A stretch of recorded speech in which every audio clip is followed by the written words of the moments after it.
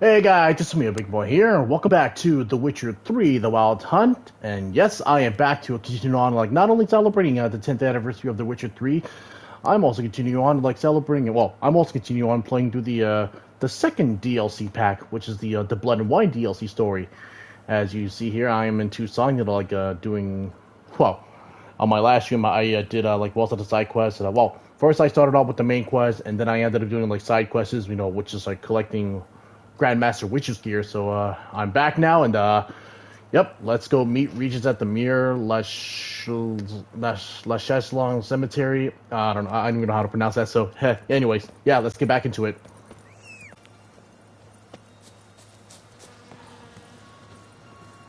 Regis. Couldn't have picked some other place to meet. And there's ghouls, and I gotta fight the ghoul. And the blood monster? Are you kidding me? Oh my god. You gotta be kidding me.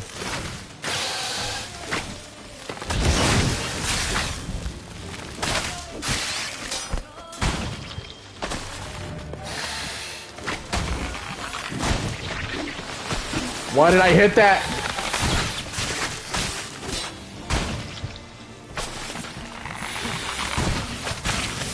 Ow.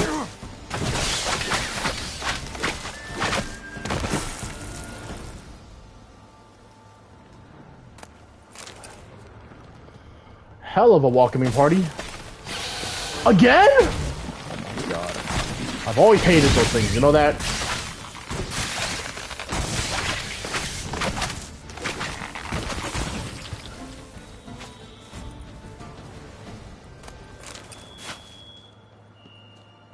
Are we done?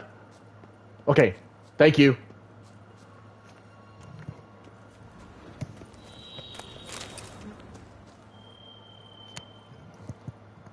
Regis! Regis! Damn it. Locked.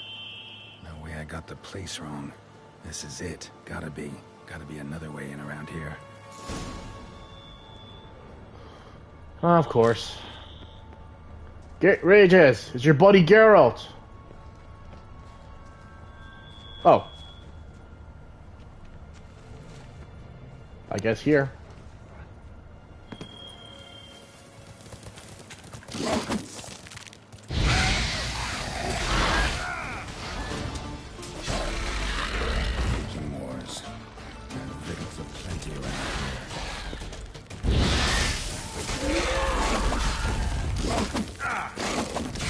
Ow!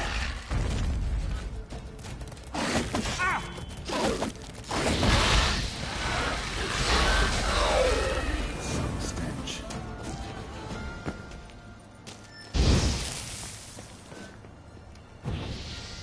Picking more eggs.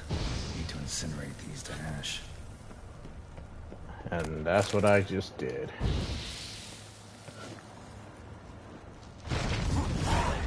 What? Whoa, that's the mama? That's the mama. Sorry about your eggs. Oh god.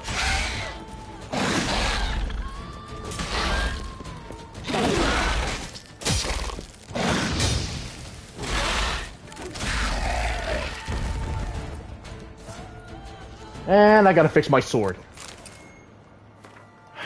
God damn it.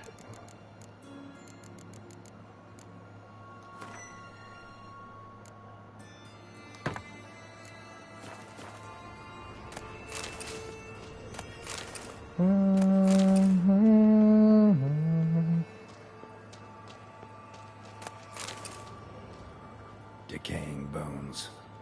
Kikimors must have tunneled into the grave. Yeah, that's one way to put it.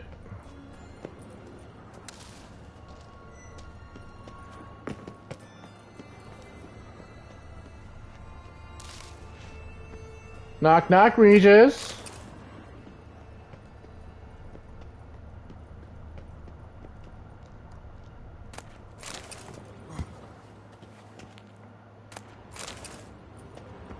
There's something here. Need to to use the eye. Interesting. Always come in useful. A sword! Kisses for beers?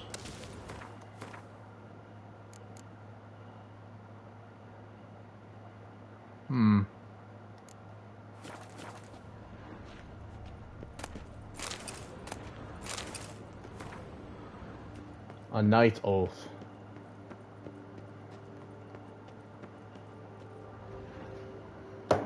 Regis!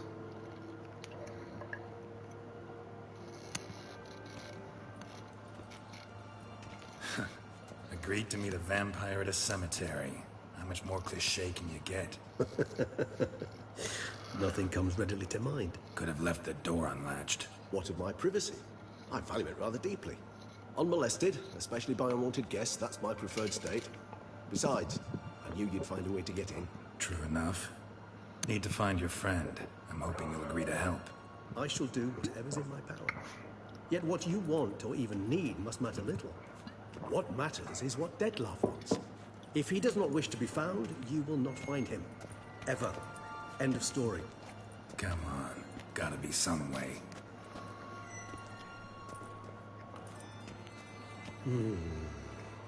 Vampires can evade detection by the senses, and no divination magic works on us. Even the most precise megascope would be useless. And this? Could this help?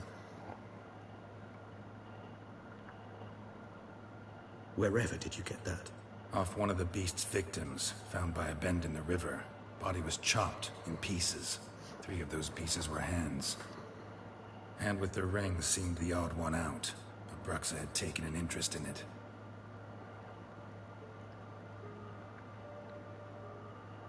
Yeah, that's right. Give it a sniff. That's the hat of your buddy.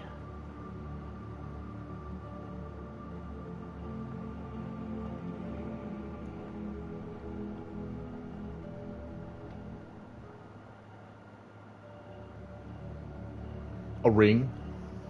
It's Detlef's hand, without a doubt. It will do splendidly. The hand.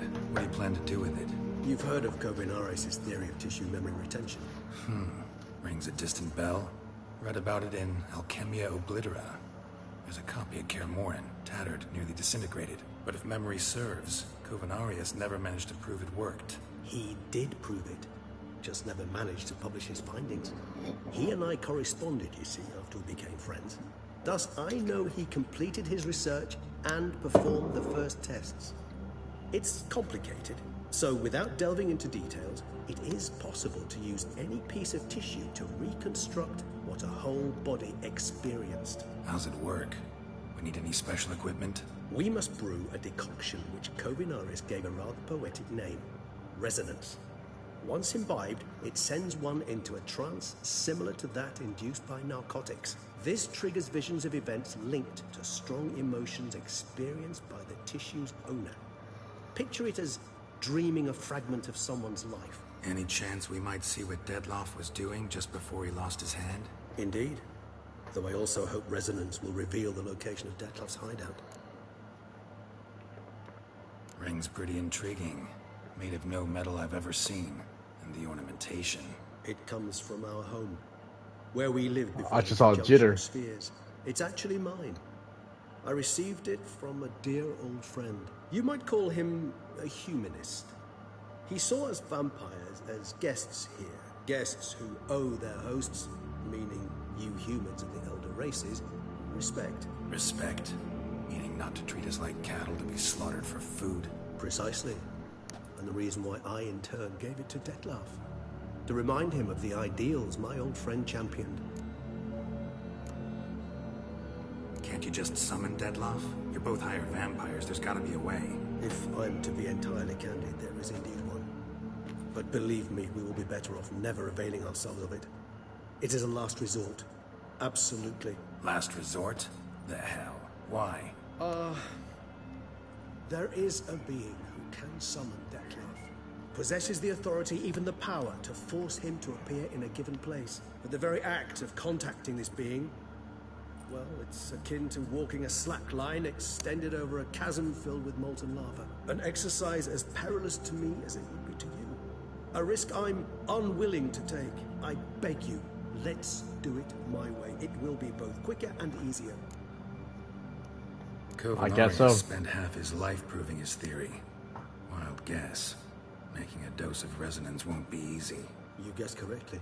In addition to Detlav's tissue, we shall need a powerful occipital lobe stimulant. Effectively a poison, to make one susceptible to visions. Well, got a few ingredients to choose from. Unfortunately, all are pretty rare. There's Mamoon glands, but closest ones I know of are in Vizima. A spotted white saliva would also serve, but they were cold to extinction over a century ago. Could go with a kobold's eyes, but the creatures are sentient. Rather not gouge one's eyes out. Given that we lack the time to sleuth this out ourselves, permit me to summon some help.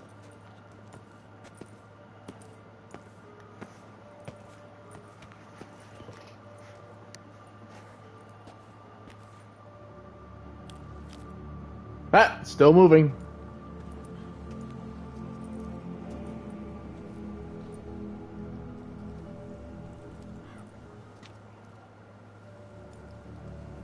A crow.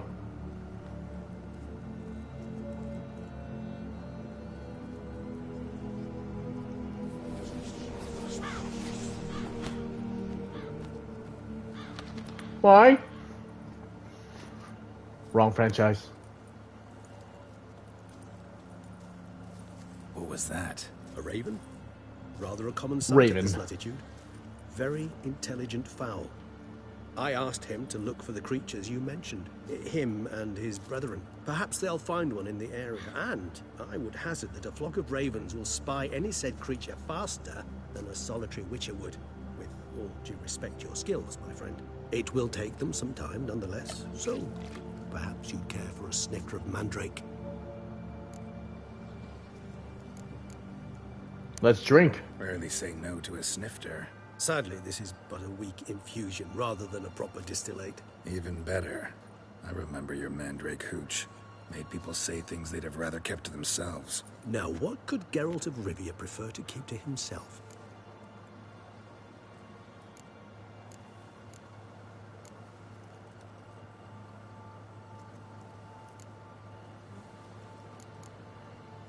Seems you chose to misunderstand. I don't want to talk.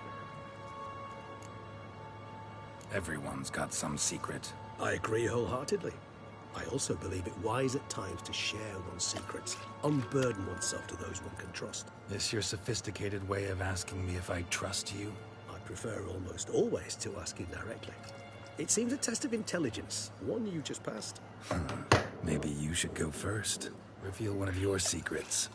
After all, we vampires lead very interesting lives. Anything in particular interest you?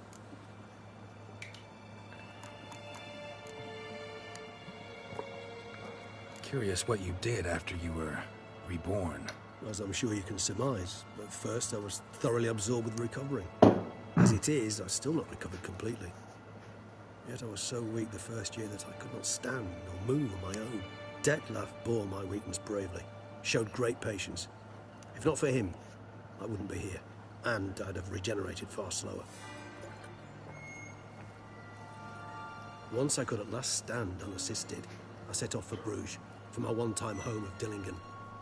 There I led the peaceful life of a rural healer and surgeon, enjoying my neighbours' respect and, in fact, constituting the exact opposite of the monstrous vampire the populace imagines. Bruges, you say?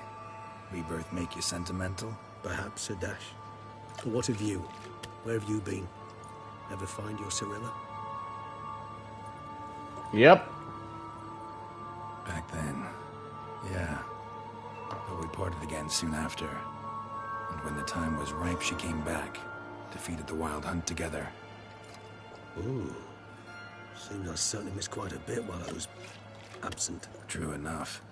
But it's a conversation we'll have another time. Need to know more about you now. Gotta ask you the big question. One everyone wonders about. What happens after death? You wish me to tell you if the human belief in the gods is well-founded? Well, that I do not know. We vampires differ exceedingly from you humans. Our matter, that of which we are composed, can exist without form. We require neither a heart, nor a brain, nor air to breathe. But were you dead? As humans understand death, yes. Feel anything? Understand anything? It's rather hard to explain. I felt something very unsettling. Something I cannot even name, for I did no reasoning. Only after rebirth did I begin to understand that what I had felt was cold and unimaginable fear. If not for Detlef, I might have drowned in an eternity of icy terror. Can't have been alive then. Sheesh, experience like that must be vicious. Indeed, it's hard to compare to anything I know. Yet you are aware we don't see death as you do. The way you cling to life, we find it entirely peculiar. You are mortals, ergo it's a foregone conclusion. You will die. It's but a question of time. Thus, I often find myself wondering why you try so very hard. To die at 20 years, 40, even 100, what's the difference? They're all but the blink of an eye. Depends on your point of view. Man who's got 1,000,000 crowns to spend can't possibly understand one who's only got 20. Very true. One's outlook can indeed change much. Got a new life, new body. That give you a new start, blank slate? Starting all anew is a very broad concept. What exactly do you mean? Your blood addiction, say. Wondering if your body's the same, if it still remembers. Maybe if you drank now, you wouldn't get hooked. All addictions are a form of slavery. Re-addiction's not a risk I'm willing to take, just to test a hypothesis about corporeal regeneration and whether propensities carry over. Fair enough. Curiosity, that's all. Sorry. Not to worry, Geralt. Curiosity is a natural reaction under the circumstances, apart from which I've always valued that trait in you. Always fascinated me the way vampires can regenerate. A hand growing back is one thing. A Detlef recreating you out of a wet smear? Something else entirely. A difficult and laborious process, but one that's possible, as my presence proves. But I've heard you too had quite the adventure. They say you lost your memory. For a bit, but Triss helped me get it back. Actually pretty damn lucky I only had amnesia. Yes, you humans are rather buggered in those terms. To strip you of life is, well, it's just plain easy. I've always pitied you in that regard. We vampires are much harder nuts to crack. If a member of another race kills one of us, we can be reborn with a living higher vampire's help.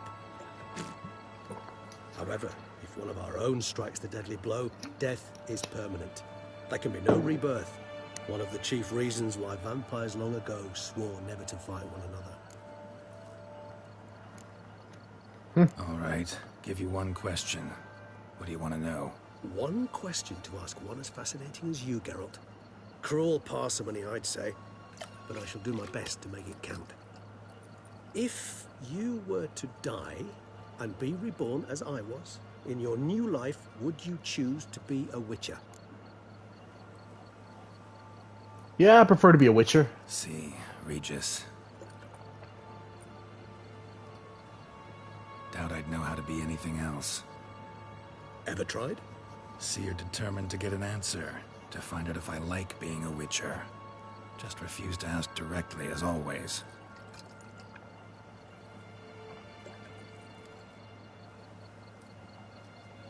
I like being on the path. I like picking up a lead, a trail. I like the tension right before a fight. And nothing gets my adrenaline flowing like battling a beast.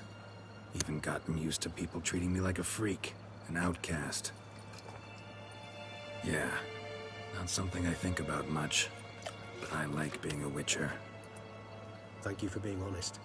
Honesty is an attribute of the truly brave, and thus a privilege of the very few. Still no sign of your winged friend. Sure it understood what you wanted? Dead certain. Let's wait a bit longer. It'll return soon, don't doubt that for a moment.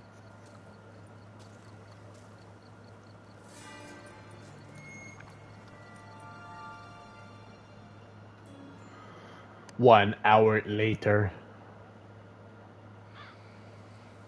Sometime later. More than an hour.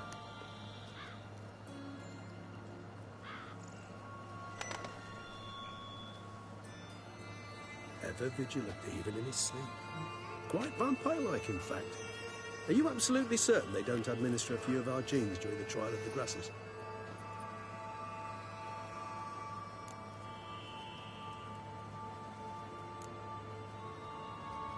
Appreciate the compliment.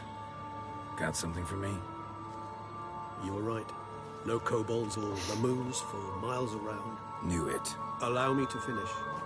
You see, there's this spotted white. It haunts an abandoned residence in the Caraberta woods. Impossible. My brethren hunted down every last spotted white before I was born. Then it seems you must revise your knowledge of spotted whites. For somehow this one managed to survive your brethren's onslaught. It seems I know this home it haunts. Recall a tale about it. Locals believe the place cursed. Perhaps that's how the white survived entirely unmolested.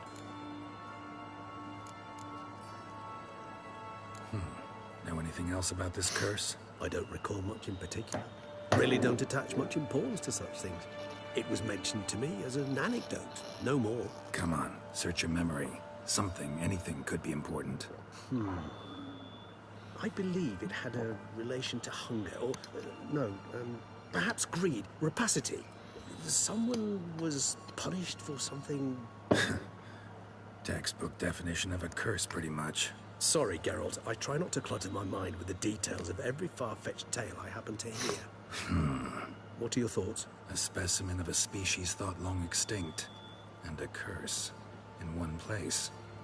That a coincidence? Or are they related? Ah, professional curiosity. Personally, I've nothing against you delving into this dilemma, but please remember we need the white's saliva. Nothing beyond that. Whites rarely appear in the woods, even less likely to find them in abandoned human homes.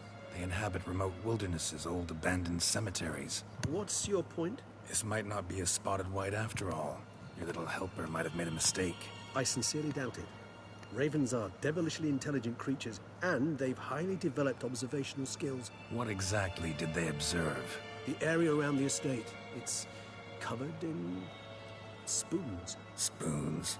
Spare me the skeptical smile. I'm but the bearer of this news. Or perhaps this spotted white is a hoarder. Or the spoons are somehow related to the curse. Let's do this. Start making your decoction while I go get some saliva from that white. Uses it in its brews. Do you imagine the white will simply sell you some? Worst case scenario, I'll bring you its salivary glands. They ought to do as well. For a moment there, I imagined you asking the white to spit into a vial. Quite amusing as a thought, but the salivary glands will do fine indeed. So, see you later. Yes, till later. I shall start by perusing some tomes. Tomes? Thought you were gonna make this decoction. We require one last ingredient. Alas, obtaining it could prove a trifle toilsome. Thus, I hope to identify a suitable alternative. All right. Good luck. And to you, my friend. Good luck on the path, vampire.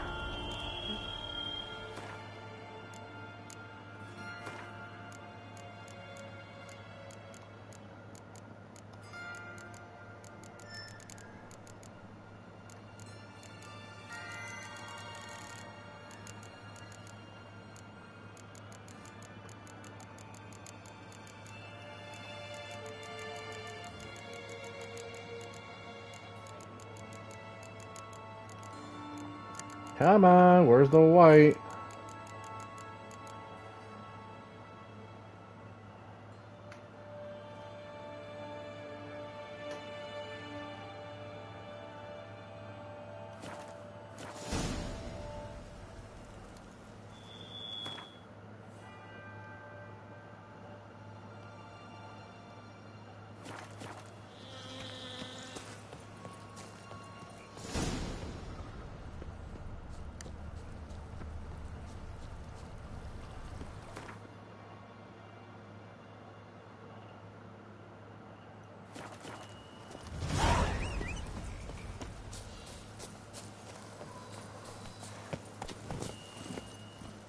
Let's go!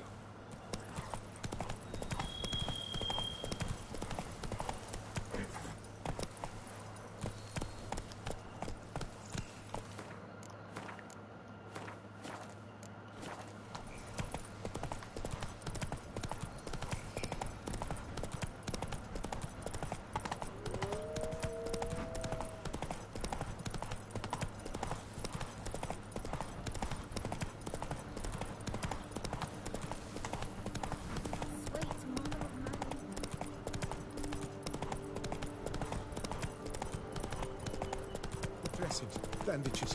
What's that about?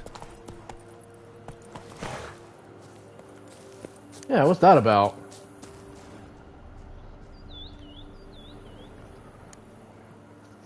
The dressings, bandages, where did I put them? Forget it. Bandages won't do him any good. What? Oh, but he breathed still a moment ago. Mm-hmm. Breathed his last then. Bled to death. Legs broken. Femoral arteries ruptured. Wound like that, you're dead in minutes. Gods. What happened here exactly? I was rolling through, fully loaded, when I heard screams. This one crawled towards the road, then drooped to the ground, lost consciousness. I jumped down to help him, dress his wounds. Then you appeared.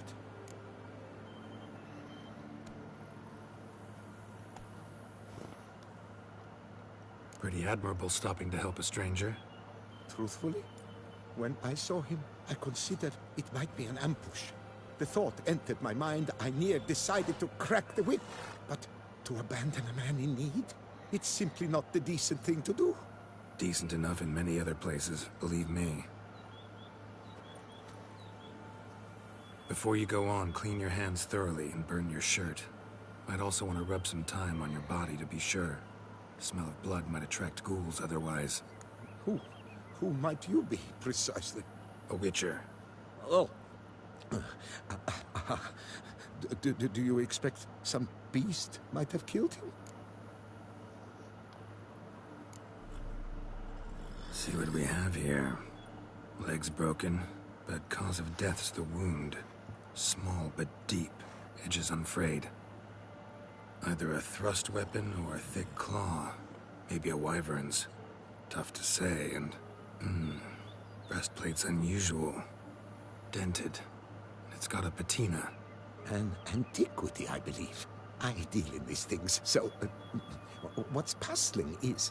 why did he don it? Not likely to learn that from him. Now to figure out where he came from. From that house, I'm assuming, but need to investigate. Got some work to do. So long. He's very sus. Wait, I will come with you.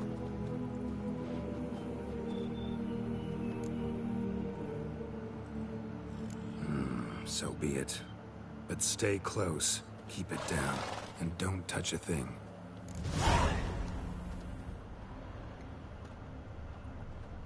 Trail leads to the house on the hill. Which stands silent as a grave. Yeah.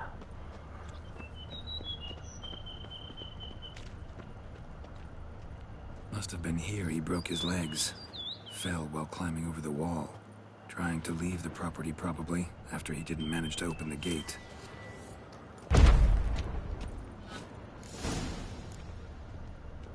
Damn it.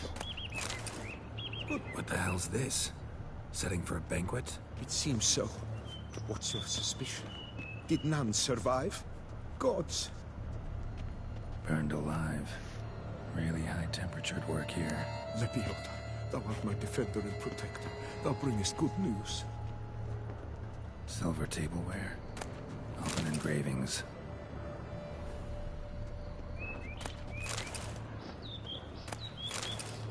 Ugh. Servant. Stabbed to death. Over a dozen blows with a sharp object. Some post-mortem. I cannot believe this the work of a man. It was a monster, to be sure. Not a monster. Punctured with great force. Blow pierced hardened steel. Man on the high road. Breastplate was identical. Throats massacred. One mighty blow. Shield along sides old and dented. Sword ceremonial. And Shay handiwork clearly. Ceremonial bowls. For little sacrifices? Of what? Please, do not say humans.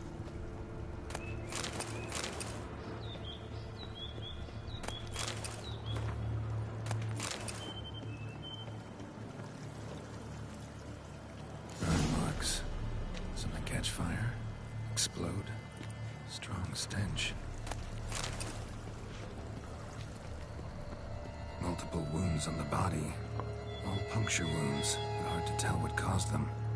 Victim's human, but the attire's elven. Are you certain? How did he come by it? We've so few non-humans in Tucson.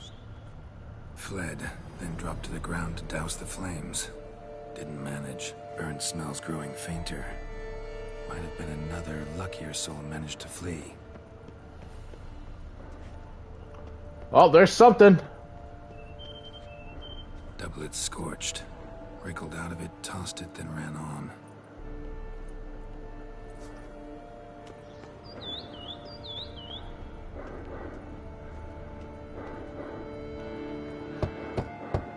Perhaps there's no one inside after... I know you're in there. Breathing's loud and clear. Open up. We mean you no harm. Kick it! They remain there?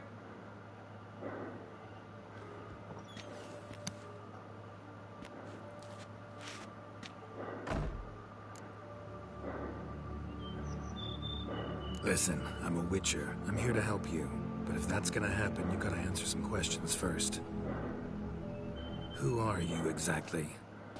Durant Faucher Plamonton de Safaran, Lord of these lands, and Chairman of the Society of Friends of the History of Tucson. We meet here annually to mark the anniversary of the Elfin Homage, but something like this, by its first. You mentioned them. Who do you mean? Those, I don't know what they were, spirits. It all occurred of a sudden. We were staging a scene, the death of paying homage. There was a flash of light that blinded me completely. I heard cries, though saw nothing. Then felt my own robes were in flames. I broke and ran, threw off my doublet, leapt in here and it shut and locked the door behind me. They pounded on the door. I thought they would get through. I thought I was done for, but in the end, it grew calm. So while reenacting a scene from the past, somehow, unintentionally, you summoned a specter, a Korgorath, or a tube, maybe. What? What now? Best thing? You gotta do it again, of course. Are you mad? I'm gonna kill it. This thing kill us? No, don't want it to kill anyone. Precisely why I gotta do my job. Summon it again, whatever it is, and tend to it once and for all. Durand, think I can reenact the pledge, the giving of homage, alone? It was a great, momentous event. The surrender of Tucson's last elfin king. You will need at least 3 individuals. You know what I'm gonna ask for. Need your help. But I'll understand if you turn me down. No objections? Good. Let's get to work. Start by clearing the corpses. Got some time. Won't start the reenactment before nightfall. Things of this sort are a lot more likely to work after dusk. One last thing, though. My pay. Don't work for free, you know. Understood. Just keep the danger at bay, and I shall be generous. Through and through. Yeah, I can't leave without coins. You know, I need the coins. I need the money. A few hours later. I will stand, or rather, sit in for King Ludwig upon the elfin throne, while you, Witcher, will play the Enche ruler. We must don the costumes. All must be just right.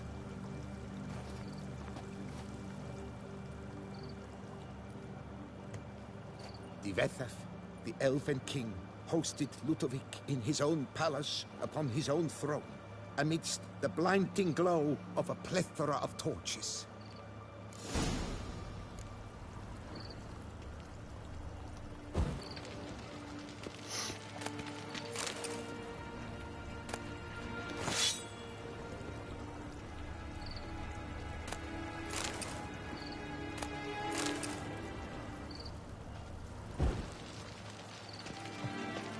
Don't interrupt.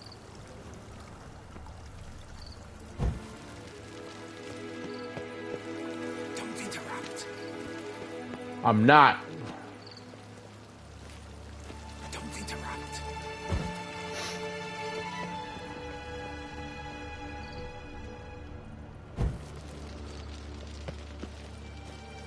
Better laid at Ludovic's feet a loaf of binnen and elfin bread, thus granting humans rule over seed-yielding lands. Tibetha filled the ornate ceremonial bowls with elven wine. Gwinoet, the sweetest blood of the land that had been torn. Long last, the elfin king grasped his sword and shield, thus symbolically passing command.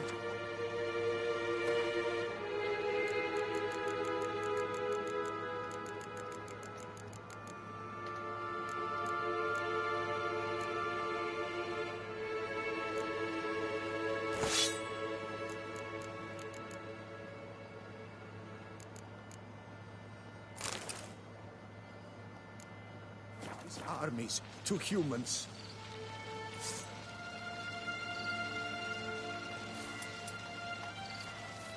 The Elven King, erect in his pride, drew his blade and dropped to his knees, thus acknowledging his final defeat. Ludovic then spake. I accept your allegiance and shall return in 1 year's time to... Ah! Look! Look! The statues! Impossible! God's mother!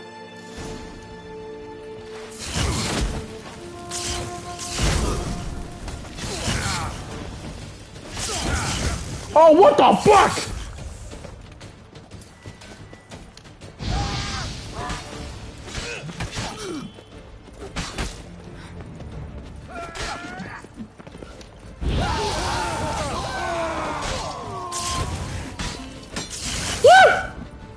Witches! Ah!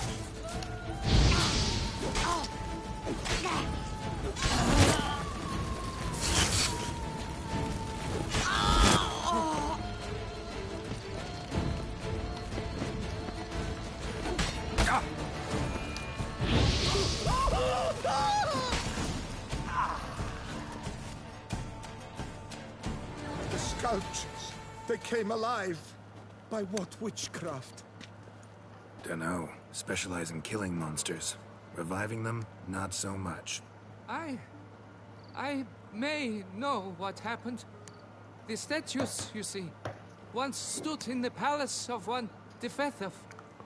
I acquired them a month past because perhaps I should start at the beginning. This Defethov was to pay tribute to humans, producing statues of this sort each year. Yet, he did so but once, for he perished in the massacre of non-humans at the foot of Mount Gorgon in the year 782. It's fortunate he did too, as Defethov had planned Ludovic's downfall. For he sculpted not statues, but columns that masqueraded as such. Columns activated with words said in homage. Columns that would have turned the king and his bodyguards into so much colorful confetti. Typical treachery embodied. Elves. Psheh.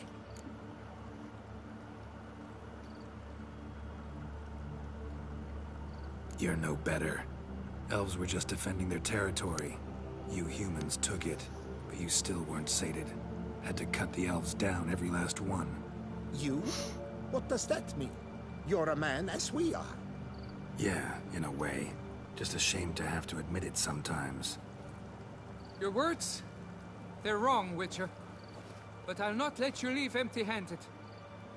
Take this as your reward. Farewell.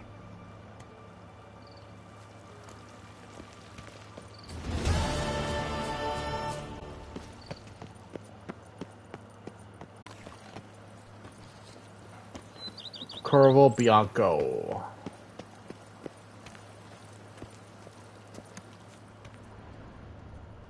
Welcome home, sir. I am Barnabas Basilfauti. By order of the Duchess, I shall serve you as Major Domo of Corvo Bianco. I previously served with distinction at the Nibli family manor and in Nazaire with Admiral Rompali, who, as you are certain to know, is an extraordinary, demanding gentleman. Whoa, Barnabas Basil. One thing you ought to know. I'm not your typical landed gentleman. Truth be told, this is the first real property I've ever owned. Oh, in that case, you must leave it all to me. I shall organize, see to everything, and whip the house into order. I dare say this place will soon be the most prosperous vineyard around. Great. Can already see I'm in good hands. Vineyard comes across as a place with a rich history. Know who owned it before me? Baron Rossel, who went bankrupt, forcing him to sell the estate to the Duchess. The Baron, in turn, had purchased it from Monsieur Bolius of the Headsman. A truly colorful man. Of Kedweni origin. He was actually a headsman? No, not him, but his great-great-great-great-grandfather. Indeed. Apparently, he was a common cut-purse who somehow secured for himself the post of ducal headsman in Beauclair. Went about his work with an exceptional penchant. They say he chopped off more heads than there are grapevines in the ducal vineyards. He never hesitated, not once. Never sliced unevenly, never botched a job. For his exemplary service, the Duke granted him a title and this estate. Monsieur Bolius, on the other hand, was an engineer in his younger years. Once retired, he settled here and took to producing wine. Sadly, misfortune struck and he lost his sense first of smell, then of taste. Additionally, he could not drink alcohol. His medic forbade it. Shame that. He gave up making wine? Not at all. He made even more of it. Began throwing wild balls to which he'd invite friends from far and wide in order to treat them to his wine and delight in the fact that at least someone could enjoy it. It's the sort of man he was, Monsieur Bolius. Mind giving me a little tour de Corvo Bianco? Not in the least. Follow me, please. I think it would be practical to begin on the hill.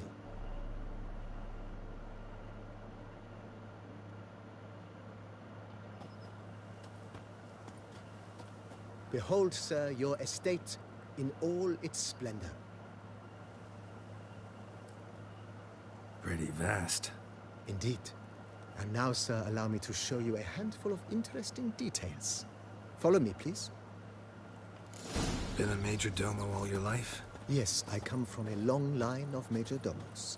My father was a major domo, as was my grandfather before him, as was my great-aunt. In fact, she was the one to start the tradition. Great-aunt? A hard woman.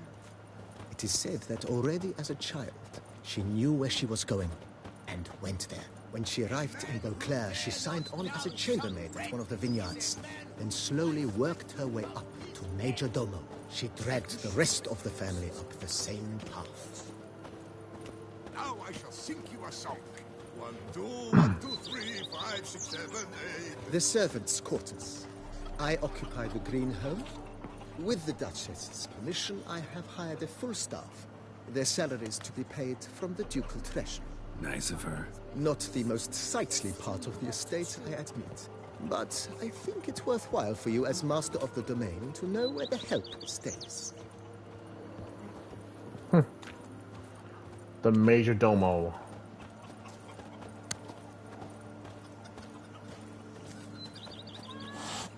Baron Rossel ordered the vines in this part of the estate uprooted and olive groves planted in their place. They look beautiful, especially come spring. Don't look at all bad now, either. Every single lady keeps a devil somewhere shady. I hear peacock. There's a peacock. Hello, peacock. There lies your vineyard, where we grow a strain of Carfanere, one of the world's oldest. Aged in oak barrels, it provides for an exquisite wine with distinct blackberry, wild cherry, plum, and cinnamon notes. Marvelous. Have to try it one of these days. Is more a burden than that steel of yours. Nice well. Picturesque. Yes, though it ran dry long ago. During the raucous feasts Master Bolius held, he would order it filled with wine. There's a tale about a guest attending a Bolius school for the first time and thus unaware of the custom. He had suffered great heartbreak and had decided to end his life by jumping into the well. The festivities were coming to a close, and the well was nearly empty when the suicidal guest finally jumped. Instead of killing himself, he merely broke his legs. To numb the pain, he drank the wine. Drank himself to death? Not at all. When found the next day, he had concluded he'd witnessed twin miracles. The water had been changed into wine, and he had survived.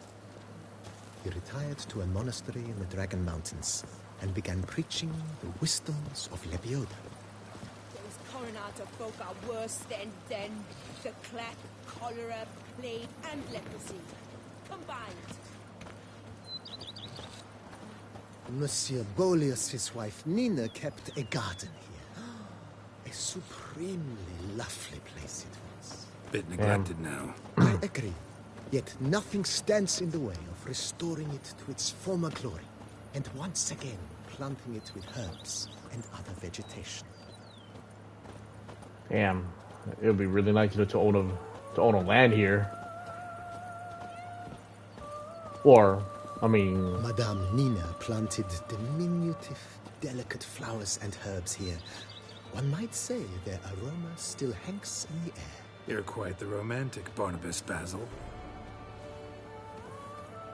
quite a romantic one. If my lips don't stink of wine, my wife won't know they're mine.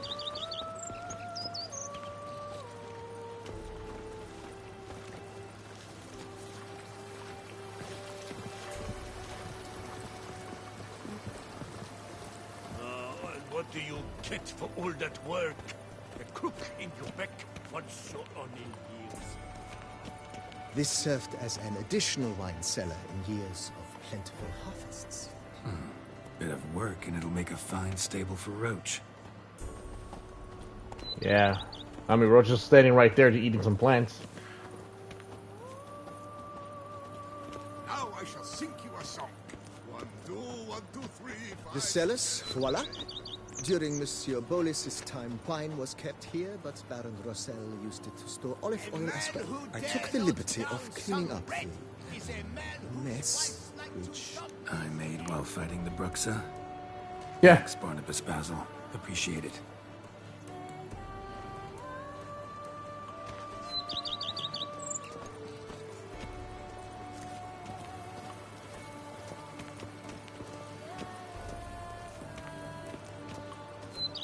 As you can see, the facade is, how to put it, slightly stained. But one cannot deny it a certain subtle southern charm. True, though it could use a bit of subtle paint.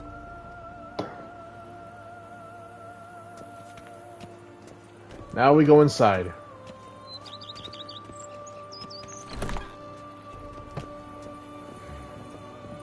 And welcome inside. On the left is the master bedroom.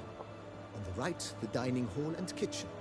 Upstairs, you shall find the guest room, currently used for storage. Not a bad idea. At the moment, the house is only minimally furnished. Yet I believe we will, together, devise some innovative arrangements. A few paintings, for instance, would breathe new life into the abode immediately. With that, sir, you've seen the full lay of the land. Corfo Bianco is a beautiful estate. One must admit, time has taken its toll.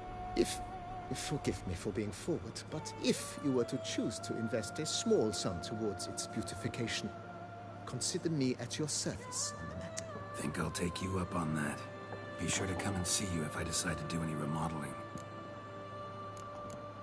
Alright. Let's do some... The place could stand to be spruced up. Oh, most decidedly, sir.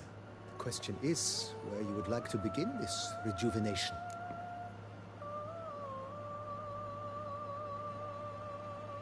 Been thinking about the outer walls. Maybe a fresh coat of paint or some patching. If I might dare to make a suggestion, why not start with a general renovation? I once oversaw such work at Admiral Rompelli's summer residence. The effects were simply breathtaking. Not only did the residence positively sparkle afterwards, but we also made room to display the Admiral's armor and weapons, of which he was a passionate collector. Yeah. It's in your hands then. Make the place shine. I shall get to work immediately. Within a day's passing, I shall have sent for the crew which rebuffed the Admiral's residence. They are the finest specialists around. Highly skilled at what they do, it shall not take them too long, I wager. 2 days after they begin, your eyes will behold your residence in its refurbished, rejuvenated, beautified state. Is there anything else you require, sir? Got these spacious grounds. But maybe it's time to make them more...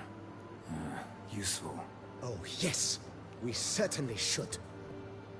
The way I see things, given your trade, sir, you would be wise to put in a grindstone and an armorer's table.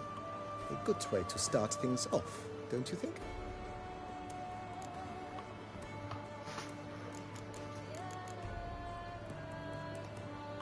My armor needs work from time to time. You know, oil this, reinforce that. Could use a decent work table where I could do all that. Admiral Rompelli once hired a specialist who made the finest armorer's tables this side of the Yerugon. I will contact him at once. Good. Order me up a table like that. Immediately, sir. I expect it will take at most 1 day to arrive. Will you be needing anything else, sir? In my trade, my blades get dull pretty quick. Could use a grindstone, professional grade. Of course. No one would consider that an unnecessary expense. I have a lot of money for that. Yeah, order the grindstone. Send out for one, please. A high-quality stone to be set up in the yard. Of course. I shall send a runner to town at once. I believe you shall be grinding to your heart's content by tomorrow. Will you be needing anything else, sir?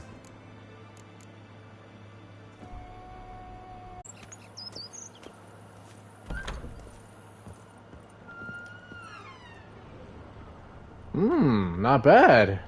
Renovations coming along all right, Barnabas Basil? Superbly, sir. General refurbishment has been completed. And I took the liberty of adding 2 racks, each upon which you might hang weapons and armor, if you've some pieces you'd like to display. Likewise, I have prepared a few spots in which new paintings might be hung. In other news, the laborers dusting out the cellar have made a most unusual discovery. I believe it's something you'll wish to see. If you say I should see it, I'll go see it right now, BB. Search the cellar. Also, you like my armor?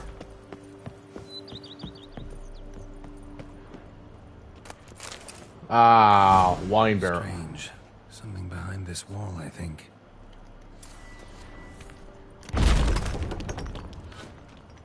Oh yeah, laboratory. Laboratory. Must have been an alchemist at one time.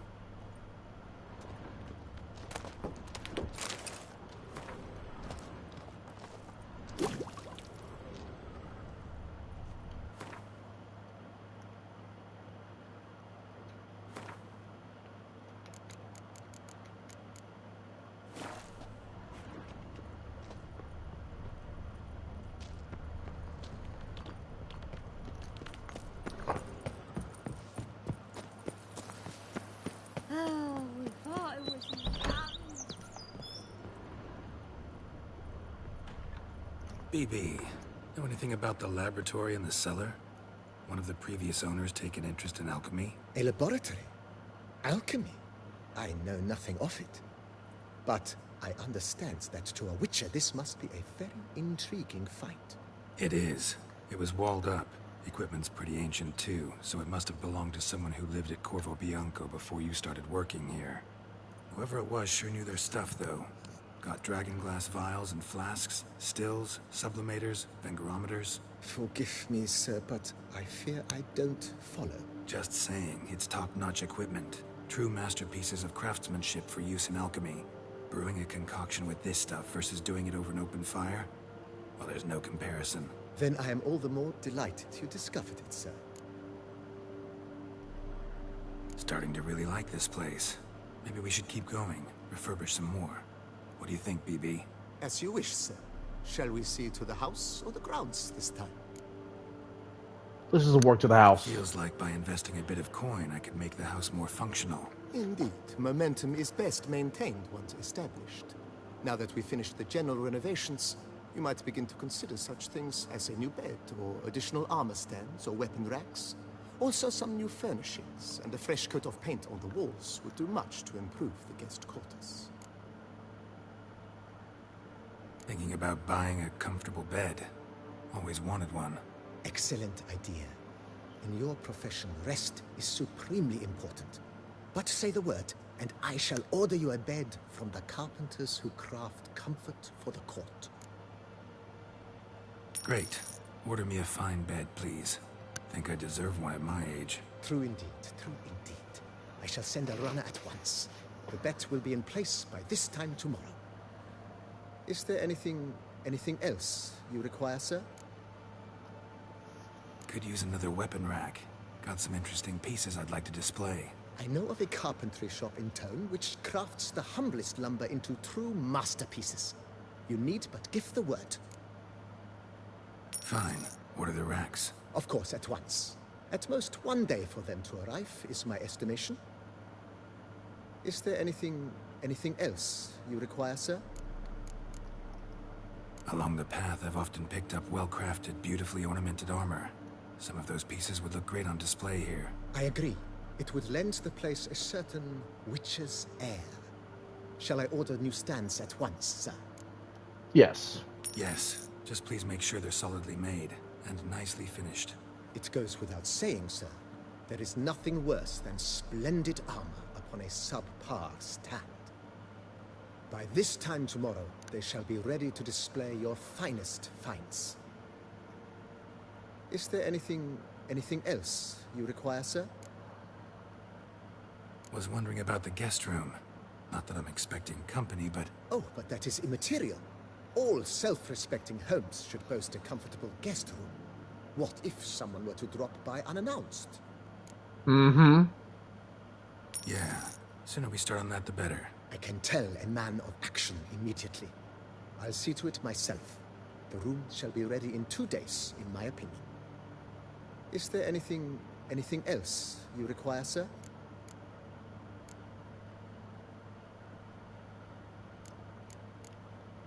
Starting to get into this whole renovating thing. There must be other things we can improve. What a splendidly wise idea. Now that the general refurbishment is done, why not see to the grounds? Perhaps renovate the stables, or return Madame Bolis's garden to its former verdancy? You know, Roach, my horse? Well, we've been through a lot together. And since I finally got a decent place to stay, I think she deserves one too. Oh, a sturdy stable. Roach is a she. I thought it was a he. Honorable owner. Just say the word, and I'll have them start working on it at once. My Roach deserves the best. Have them refurbish the stables. I shall get to work at once. Yet finding workmen and completing construction takes time, though likely no more than 2 days. Will you be needing anything else, sir? So, sometimes I have to brew a potion, but I can't find the herbs I need growing anywhere nearby. Well, you're in luck, sir. The flower garden, once kept by Madame Mina, Monsieur Bolis's wife, seems the ideal place to cultivate herbs. In fact, it's roomy enough to plant shrubbery. Good idea, Barnabas Basil. Herbs there will save me hours of painstaking searching and harvesting. The idea is yours, sir. I am but the humble executor of your will. I believe we shall have sown the first seeds in 2 days' time. Will you be needing anything else, sir?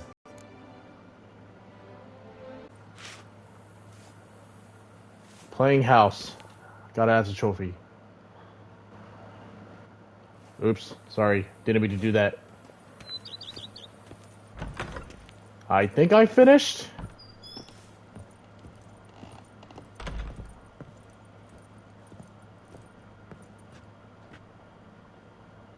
have refurbished. Renovations coming along all right? I am delighted to inform you we have completed our labors. You can now devote yourself to enjoying the vineyard's delights to the fullest. You must forgive me my temerity, sir, but I thought, with all the work on Corfo Bianco completed, and with the estate looking more beautiful than ever, it might be appropriate to commemorate the moment. Sure. Why not? During the tidying that preceded the renovations, I came across a bottle of Sacramento, the 1250 vintage. I cannot say by what miracle it survived, but it is here, and we've cause to open it today. And Yep. he ran straight into the crowd, burning bouquet in hand. All thought it a part of the performance, so they only laughed, even when the decor began to catch fire. It was not until the flames engulfed Baron Mahevkin's beard that folk began to realize something was amiss and went to put out the fires. Sounds like Monsieur Bolius and Madame Nina threw some first-rate balls here. It was, in this regard, Baron Rossel was decidedly more reserved. So tell me, Barnabas Basil, what's the wine situation like here? Am I going to produce any this year? This year is out, I fear, sir. Last autumn, a fungus destroyed all the vines. Baron Rossel had new ones planted, but it will be some time before they start bearing fruit. Assuming that is, the fungus does not reappear. That'd be bad. This Sacramento got me dreaming. It's amazing. Isn't it, though? Allow me to top you off, sir. There. Thanks.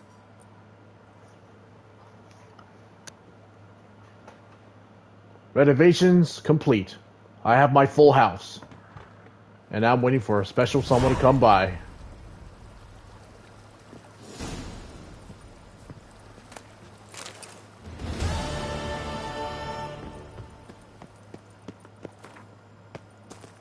Our guests. Never a good omen.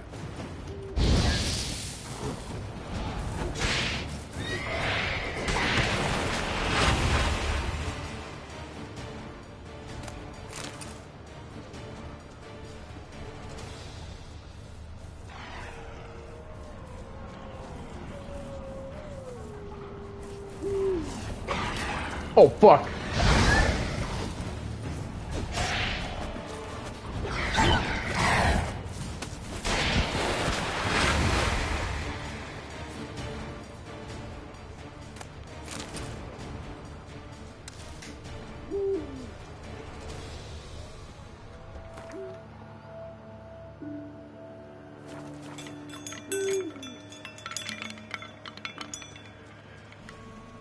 Regis's raven wasn't lying.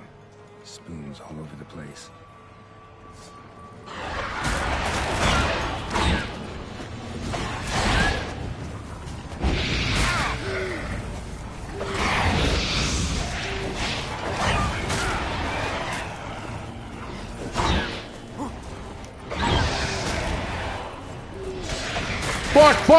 Fuck!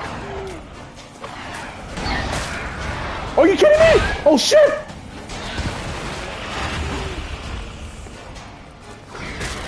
Ah! Oh god!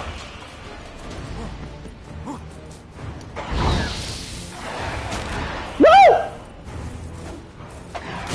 Stop it!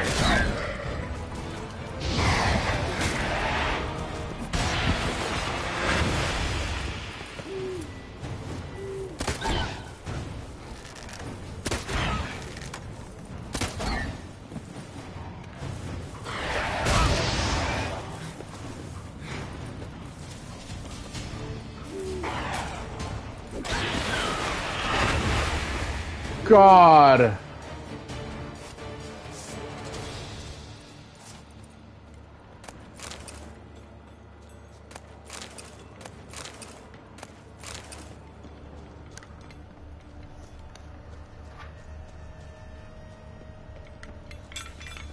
Strange. Get a sense that the spoons are beating out some kind of rhythm. A message. Trying to tell me something.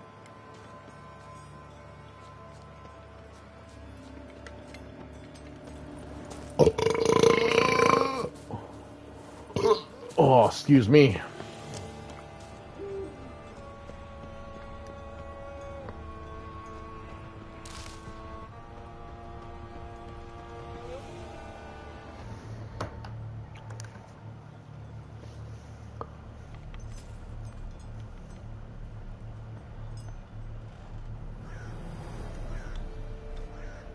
None shall sit and dine with you at your table.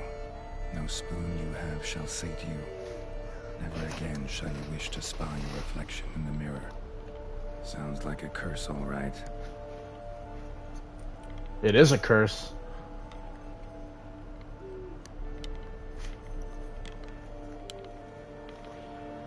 Somebody's clearly obsessed. Regis mentioned the place might be cursed. Can't be a coincidence. Need to look around.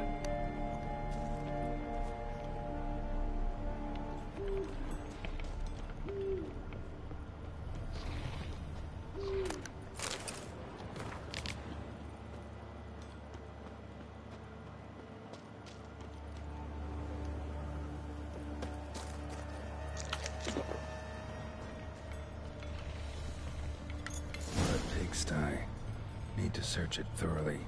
Find a way to collect some white saliva. White's obsessed.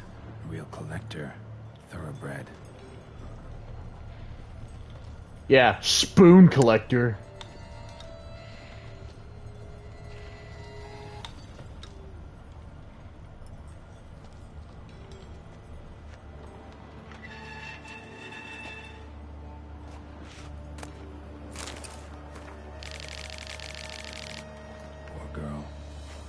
She was changing into a monster.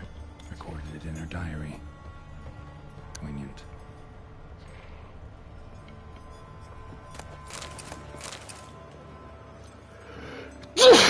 Excuse me. Smashed mirror. As if someone couldn't stand to look at themselves. The monster. Journal's author, maybe?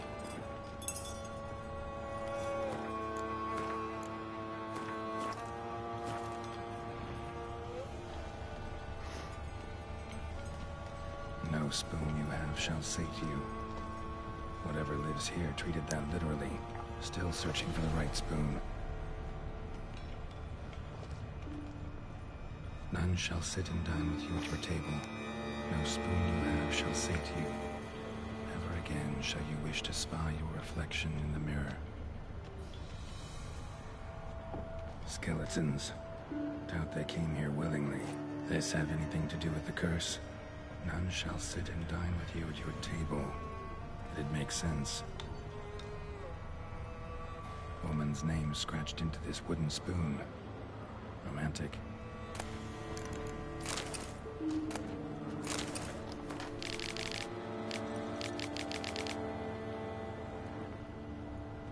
Right arm bit right off.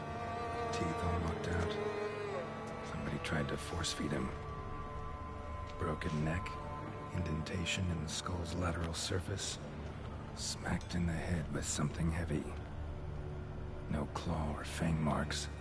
Probably choked to death.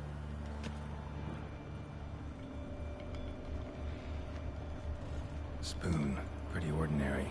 Maybe a little old. Spine key. Sophisticated crafting. Tag bears a description. White's a true collector.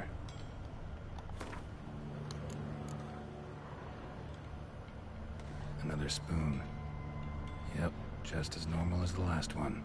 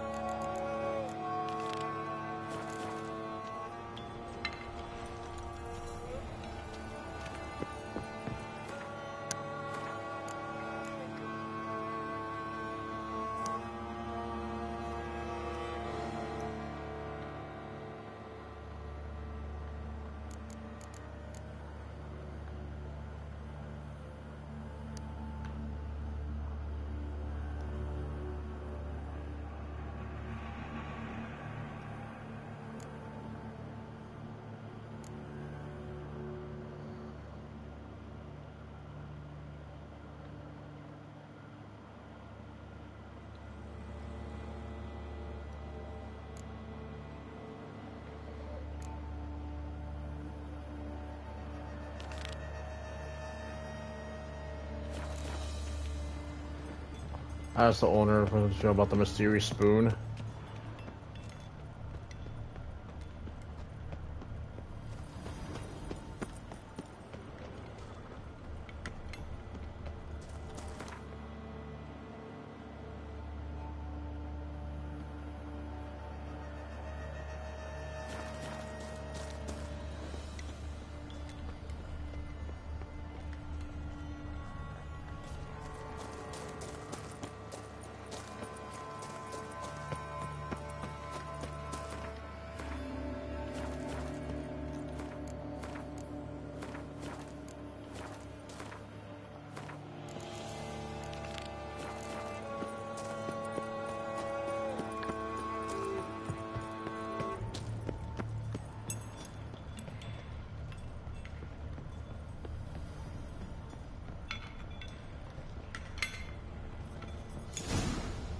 Actually, does seem like a White's lair.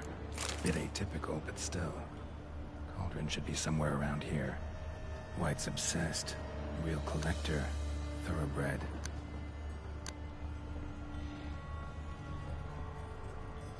Spoon. Pretty ordinary. Maybe a little old. Cauldron I was looking for. White's not particularly tidy. Another spoon. Yep, just as normal as the last one.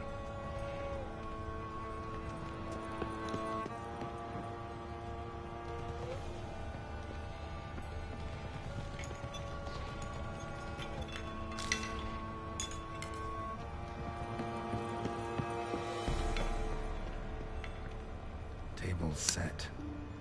White, who lives here, is getting ready for some sort of feast. White that lives here, definitely afflicted by a curse. And it's been trying desperately to lift it. White's obsessed. A real collector. Thoroughbred. Cauldron's empty, unfortunately. Regis needs some brew. Afraid he won't get that.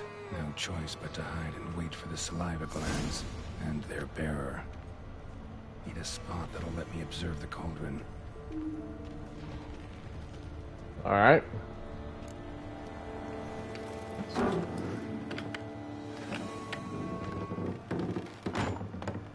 Yeah, look at the spikes on my gauntlet. And here I am meditating in a closet.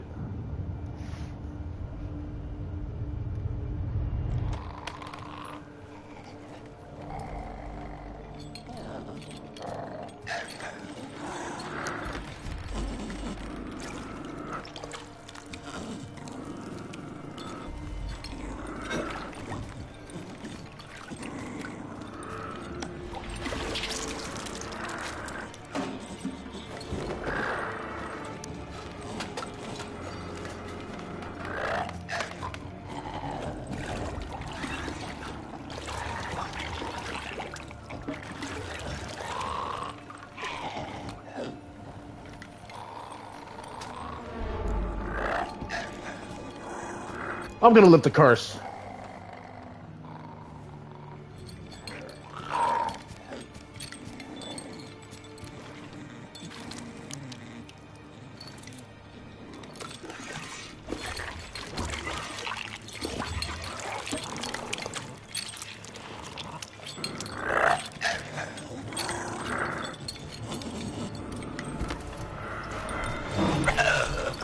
I'm not gonna hurt you.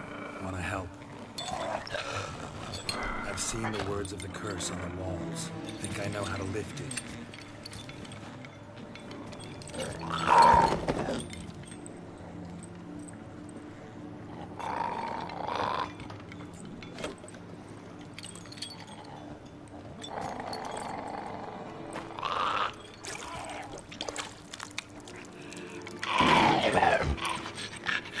You tried to bring folk here, convince them to sit at the table with you, right? Well, I'm gonna be your guest now. Your willing guest.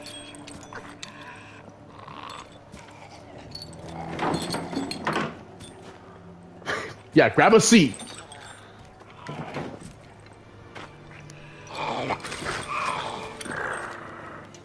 Just need a bit for Regis. And now we'll tend to you.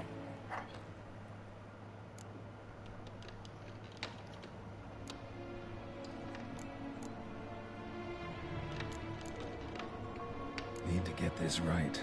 Words of the curse were, "None shall sit and dine with you at your table. No spoon you have shall sate you. Never again shall you wish to spy your reflection in the mirror."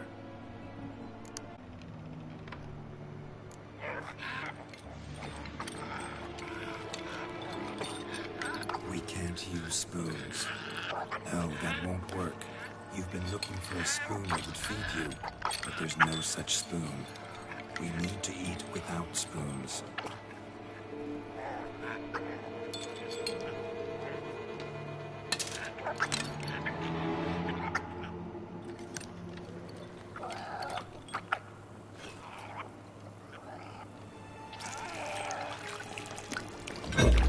That's gross.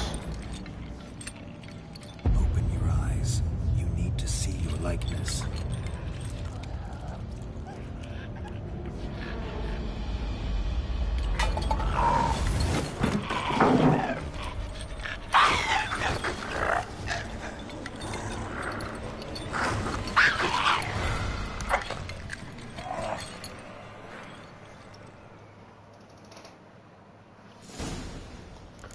Follow the stench.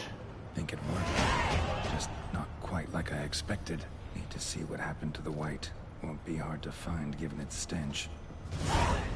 That stench.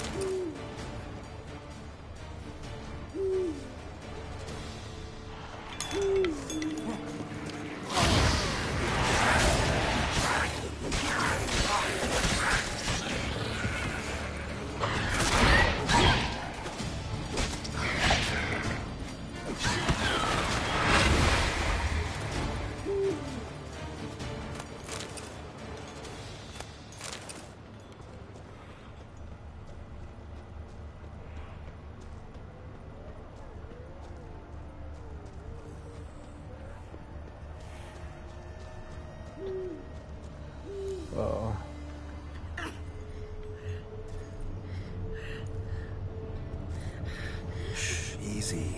Not gonna hurt you. Eat. I must eat.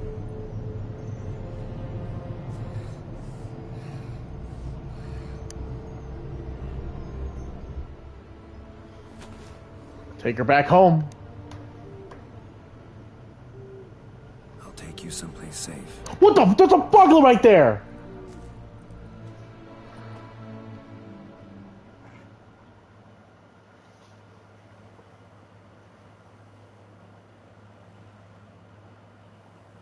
So Home. I took her by the hand and led her here. Seemed the only sensible place for her. You did the right thing, sir. She should recover quickly here. Don't worry, sir. I shall see to everything. She is safe here and in good hands. She'll soon be back on her feet. Might actually take a while. She hadn't eaten anything in over 100 years when I found her. Horrid. Whatever brought this about? Told me her story on the way here. Her name's Marlena. She was once the very beautiful and proud heiress to the Trastamara estate. One evening, when she was holding a banquet for friends, a beggar came to her gate seeking alms. He had a bowl and a spoon with him. He sat outside her fence and waited. I've heard of the custom. An ancient rite of hospitality that obliges one to give food and drink to such a guest lest he depart hungry. To neglect the custom is to bring great misfortune down upon oneself. Marlena didn't care a whit for the old customs. She drove the man off, saying she'd rather feed the leftovers from her feast to her dogs than to give the beggar anything. The beggar then broke his spoon, cast a curse. She was beautiful, so he said she'd never wish to look at herself in the mirror again. Since she adored feasts, he swore no one would ever wish to sit and dine with her. And as she even refused him the crumbs from her table, he swore she'd never find a spoon in the world that would sate her hunger. A harsh punishment. I imagine lifting the curse was hardly simple. Curses are tricky. They play on irony. Always gotta figure out what the catch is. Marlena had spent decades looking for a way to lift it. Transformed into a wight, she stole spoons and lured folk into her home, trying each time to get them to dine with her. Didn't work. So what did? Someone had to sit down and share a meal with her, of their own free will. They had to eat without using spoons, and make her look at her reflection. That's it? That was all it required? Simplest solutions are sometimes the last that come to mind. Besides, when you're a wight, it's pretty damn hard to find willing human company for a feast. I imagine so. But, most importantly, it is now over. Please, don't worry. She will be in good hands here. Thanks. Gotta get back to my business now. See you soon. Report back to Regis.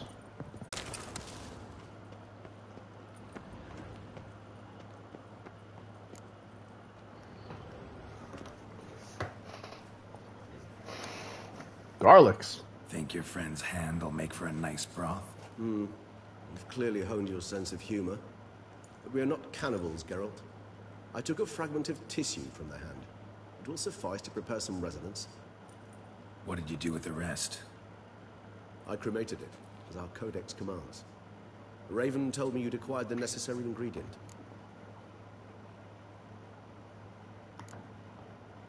Pretty helpful creatures. Calling them often? I try not to overdo it, but they can be so useful. As they were now, when I merely needed to be sure I could arrive in time should things go sour. Managed fine alone, but thanks for the thought. Gonna need much longer to finish brewing resonance? Mentioned a last ingredient, too. What about that? That, I fear, might prove troublesome. You see, to use the concoction to summon the memories of one, the solution must contain the blood of another specimen of the same species. Shouldn't be a problem. I happen to know a higher vampire who should be willing to help. Right, Regis? It's not that simple, I'm afraid. While you were away, I tried my damnedest to identify a replacement, but alas, none such exists. Not sure I understand what the problem is. Can't we just draw some of your blood? The blood must be in an agitated state. As I'm certain you know, higher vampires can change their corporeal shell. As our flesh changes, so does our blood's chemical composition. To make a long story short, I shall need to induce in myself a state of strong psychokinetic arousal. In brief, madness, rabidity. That stands to be very, very dangerous. Dangerous? Why? I mean, you'll still be you, right? True, but I should be highly agitated, in a state of fury. You know better than I that fury cannot be controlled. If you've ever seen an enraged vampire, you know very well that all who find themselves nearby will be in grave danger. How will we handle that? I'd rather not have you lunge at me, claws extended. That makes two of us. But worry not. I've thought it through very thoroughly. Details to follow soon. All right, so what do you want to do? We shall visit Teshem Mudna, an ancient vampire estate. There we will find cages suspended in the air. I will enter one, be confined. You will lure beasts there. Beasts you will then kill. The bloodletting should prove profuse. Abundant enough so that the blood scent will drive me mad. Wild. Teshem Mudna. What's it like? It is a place of torment. A torture chamber.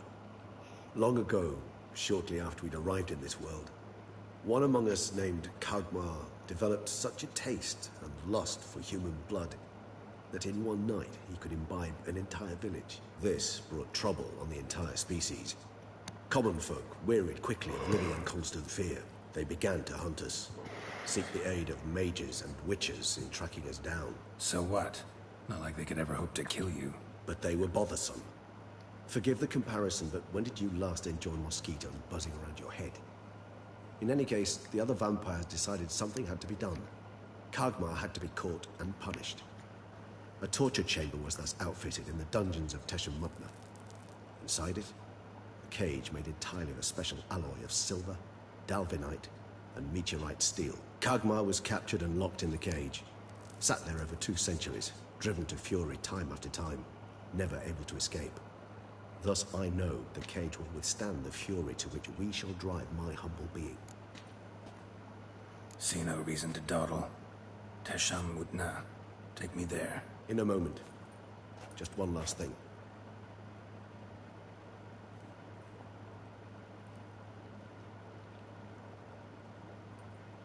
What was that? Blood. Oh, the last favor the Raven did me. I've also taken some Sancurium, a solution that sharpens one's sense of smell.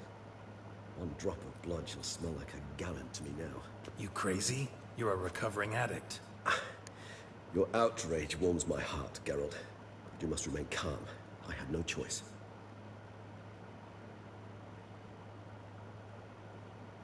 As things stand, the die is cast. High time we set off for Tesham Mutna. My head's spinning already, and you're starting to smell quite tasty. And you're starting to scare me. Good one.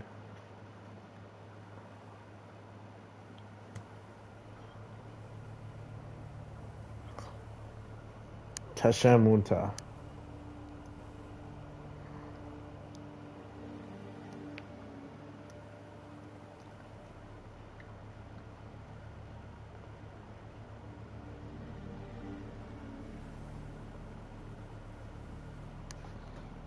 We have arrived. The sacrificial chamber of torture and torment lies underground. Sure you know what you're doing? I can only hope I do. Please, let's go. The longer we delay, the less control I shall have of my faculties. I'd really prefer not to hurt you. You lead.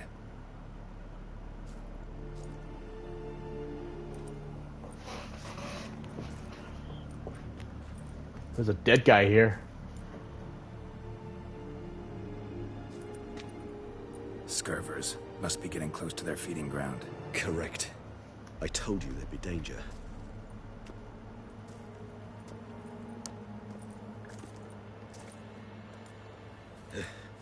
Beyond this wall lies An ancient vampire dungeon. Seen a lot of things in my time. Nothing quite like this, though. I feel honored. A man with such a wealth of experience, yet I'm about to show him something new. Now, to open it.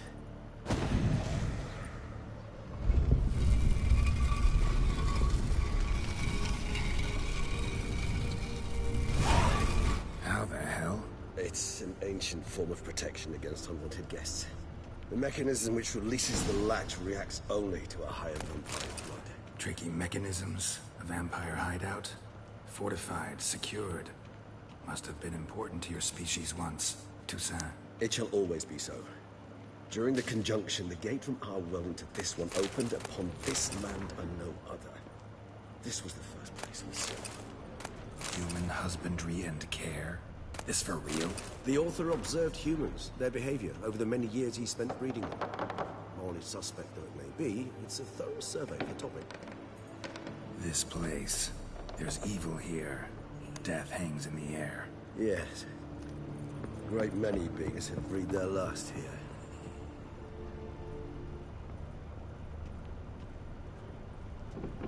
Glyphs are carved into the rock. Coated with blood used to be. They mean something? They're emblems, symbols of, what you would call tribes, dispersed throughout the world after the conjunction. My ancestors placed them here to remind us of where we came from. So is this glyph? Who for? Amaran. They ventured beyond the sea. Whose is this glyph? Amaran. They ventured beyond the sea.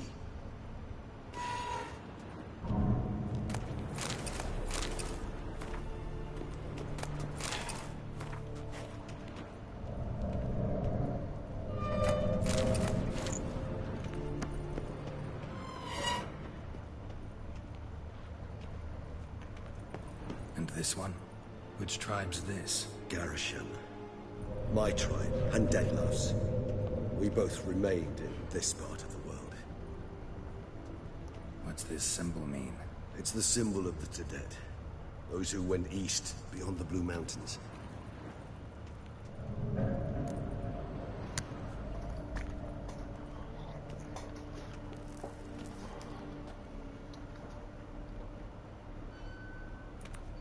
Charming place. But what are all those cages for? Mentioned one vampire being kept here. Yes, well, you see, humanitarians is something my ancestors were not. They concluded Kagmar would best be punished if he were tormented with the scent of blood he could not taste. Thus, they also kept humans here. Humans whose blood they slowly let. Kagmar ranted and raged in pain as those humans slowly bled to death. They treated them like livestock. Live bait. I'd like to be able to turn back time, deny it, but alas, I can do neither. Feel shame for my brethren. That is all I can do. Don't take it so hard. Nothing you could have done about it. Let's get to work. Well, that was awkward. Fine. I prepared the bait. Please be so kind and place it. Ideally at the tunnel entrances. The scent will spread most effectively then. Place the bait at the tunnel entrances. Monsters will catch its scent more quickly. When I think how these tunnels got here, sends shivers. It was the natural order of things. The place reeked of death and it attracted necrophages.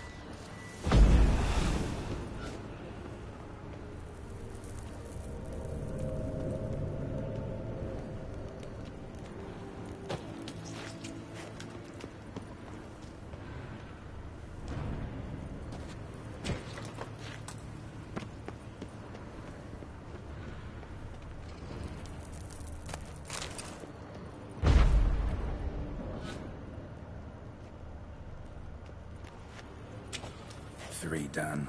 One left. Think this'll work? I certainly hope so. The meat stench is so thick, I wager it carries clear to Novigrad. Well, one more trap. This'll hold. Doesn't look like anything special. I told you, Kagmar thrashed about inside it for over 2 centuries. Appearances can be deceiving. Bait set. What now? I shall enter the cage. You must chain me inside. The bars are made of an alloy that will prevent me from transforming into mist. Kinda thought you wouldn't want to. I shall be in great pain. My sole thought being to stop that pain. I cannot know what I will do.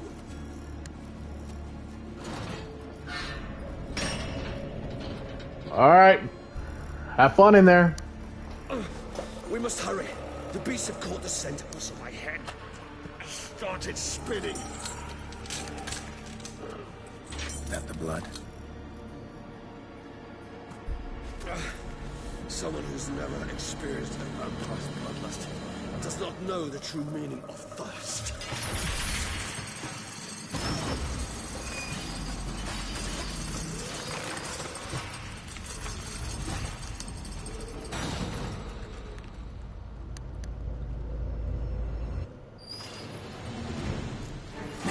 Safe word. You know, something you'll say when you can't take it anymore. And what would you do once I uttered it? Don't know. Calm you down. Somehow. Please, girl. You won't be able to. We must forge through this. Regis has smelled the blood.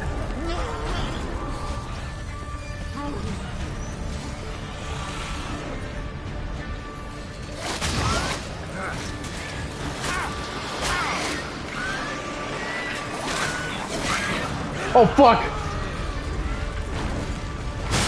Oh! Oh my god! It grows. I shall overcome. Good. 'Cause I can hear more coming.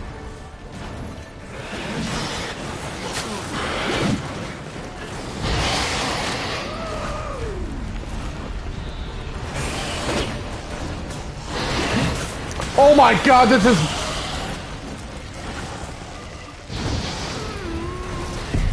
Oh, you fucking kidding me? Really gotta be careful next. Really gotta be careful.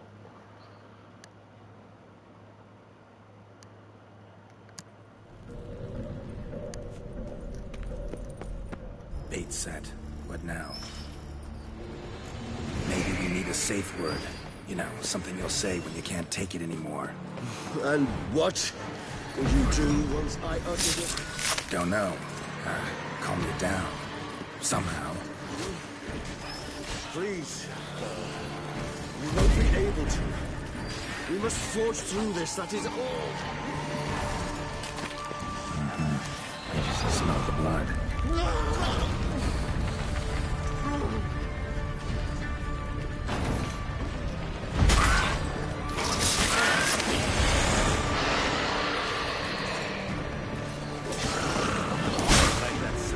Oh my god! It grows. Good, because I can hear more coming.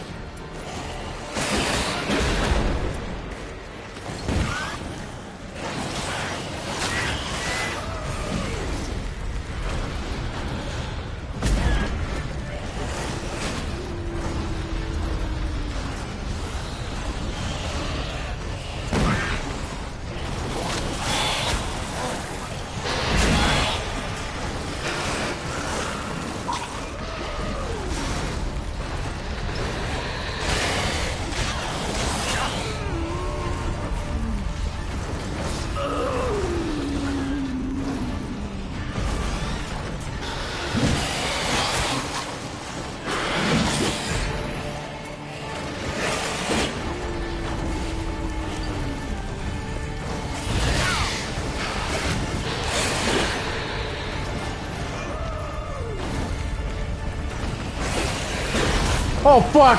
Oh fuck! I need help! Regis, that'll be a good time to help me!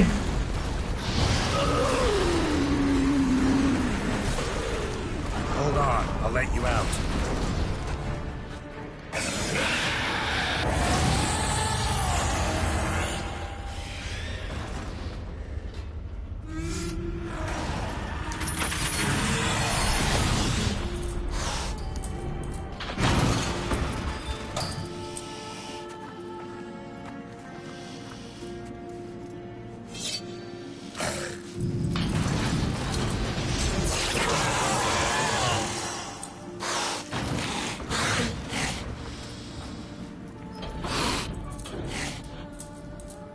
Need to hang on a little longer.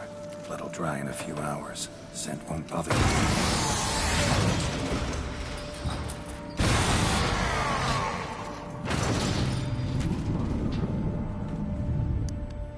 You'll be fine, Regis. You'll be fine.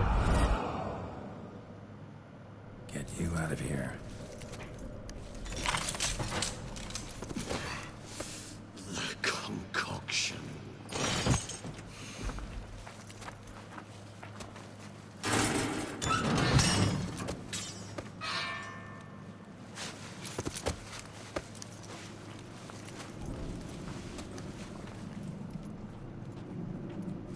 You can't finish it in this state.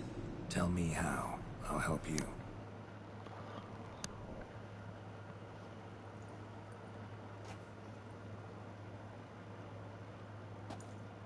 Any better? Far from ideal. And some time must pass before I fully recover. But yes, a bit better, thank you. Never expected it to be like that. You didn't tell me. We need not discuss it. But we do. Because if I'd known you were going to subject yourself to torture... What would you have done? Found Dettlaff some other way. I did not wish you to use any other way. Did that occur to you? No. Because I thought no being would ever willingly subject itself to that kind of pain. You vampires aren't any different from us in that regard. I told you. The pain is my way of paying my debt. The enormous debt I owe Dettlaff. If I had to do it again, I would, in a heartbeat. Resonance. It's ready. Are you certain you followed the formula? The proportions were exact, the brewing time precise. This is important, Geralt. The slightest deviation could cost even a witcher dearly. Relax. Got some experience brewing potions. Very well. In that case, let's begin.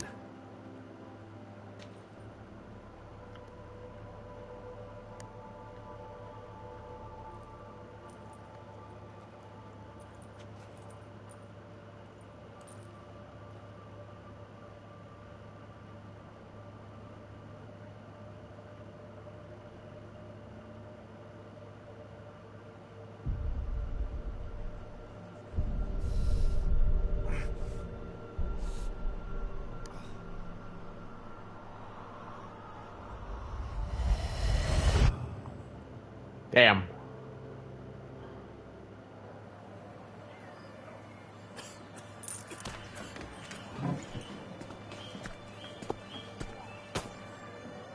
Excuse me. Shall I take a minute? You jumped the queue, sir. But Count, sir, you must understand. I've a meeting. Sir, Council. you were next. Please, take a seat. This gentleman was here first. Step down or you shall regret it. Fails to realize he was your friend, Count.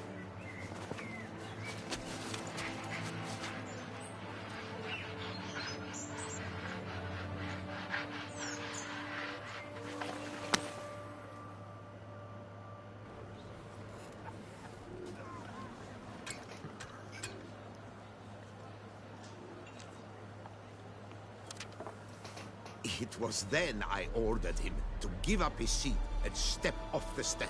If only you'd seen his face. We got him good, didn't we, Detlef? And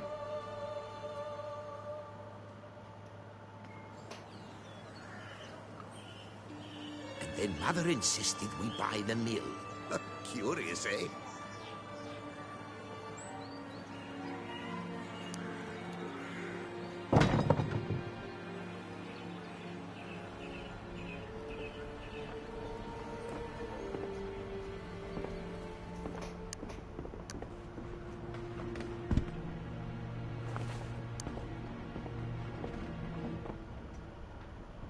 But at least I've a yarn to spin for friends and associates. Forgive me. What?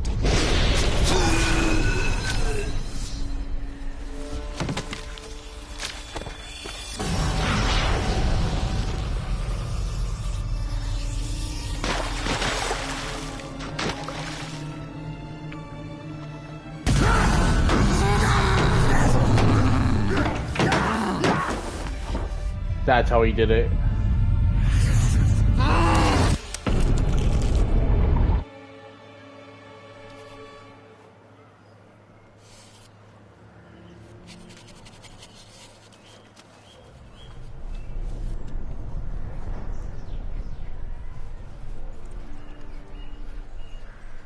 That's how it happened.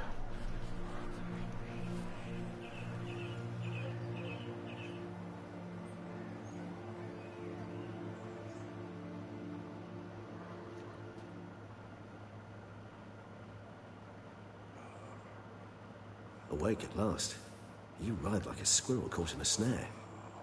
I'd begun to fear they were death throes, that you'd departed.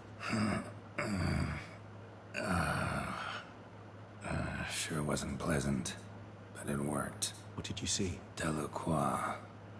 His death did not come easy. Seems Detlef had made friends with him. Still killed him. Chopped up his corpse. And he was overcome with fury, remorse. Cut off the hand that had committed the murder. Interesting. And entirely unlike the Detlef I know. See anything else? Saw a moment. Delacroix did something selfless. Was kind to Detlef. Guess it could have been the start of their friendship. Why the uncertainty? Nothing extraordinary about it. Normal, everyday situation, really. Visions were supposed to issue from strong emotions. Clearly, the situation provoked such emotions in Dettlaff. Keep in mind, he did later murder Delacroix. Killing someone who's grown dear to us, it's bound to elicit strong emotion. Vampires are no different in that regard. Did you see anything else? There was something. Showed up twice in the vision. A bootblack stand. Dettlaff first met Delacroix there. Went back after the murder, actually. Peculiar. Stand was somewhere in the port district. And the bootblack acted as if he knew Dettlaff. That would be even odder. Perhaps we should have a chat with the lad. Though I would expect no breakthroughs. It's our only lead. I'll go talk to him. Coming with. I shall join you later if it's no trouble. I don't yet feel strong enough to venture out. That's fair. Rest up. Be back as soon as I learn anything.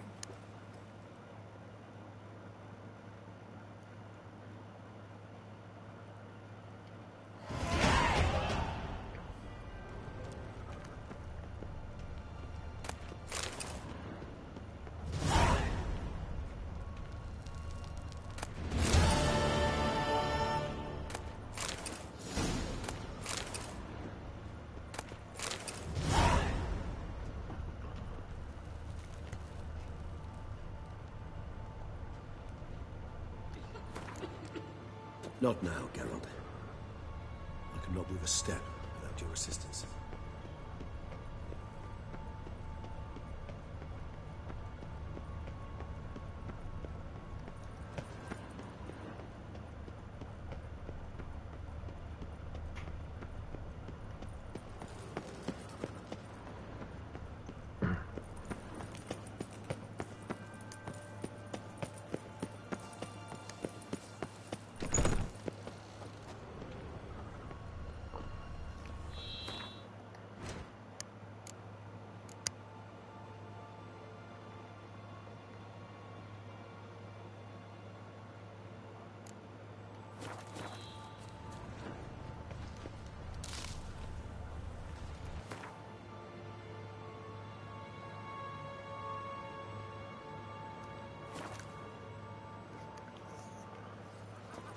Alright.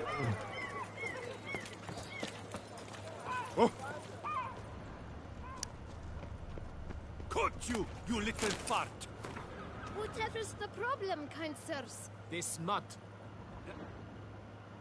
So how would you explain it? Whether it pours for a week or the sun bakes our pipes, we've always mud up to our ankles here. You can't blame me for Beauclair's fickle weather. Fickle weather! I've seen you! You empty your chamber pot in front of our shop each morn, so folks will dirty their boots, go to you to get them cleaned. A far-fetched conspiracy theory, sirs. I'll conspire to welt your bum with my belt. Come here!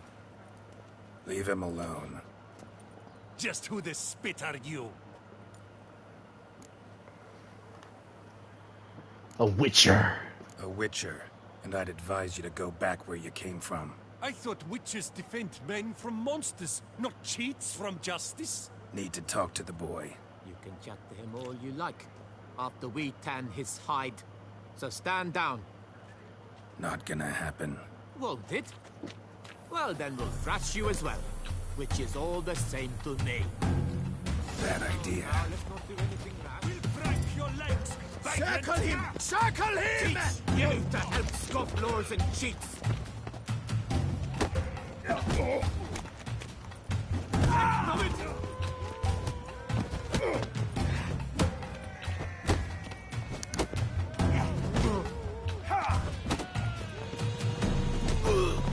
Gotta charge my controller.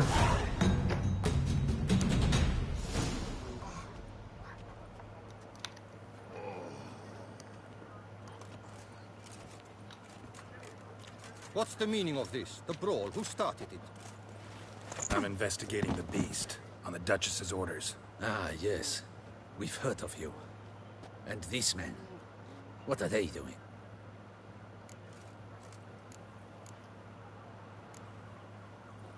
Obstructing my investigation.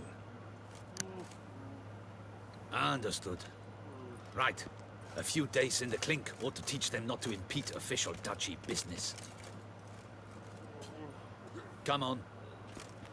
Yeah, that's right.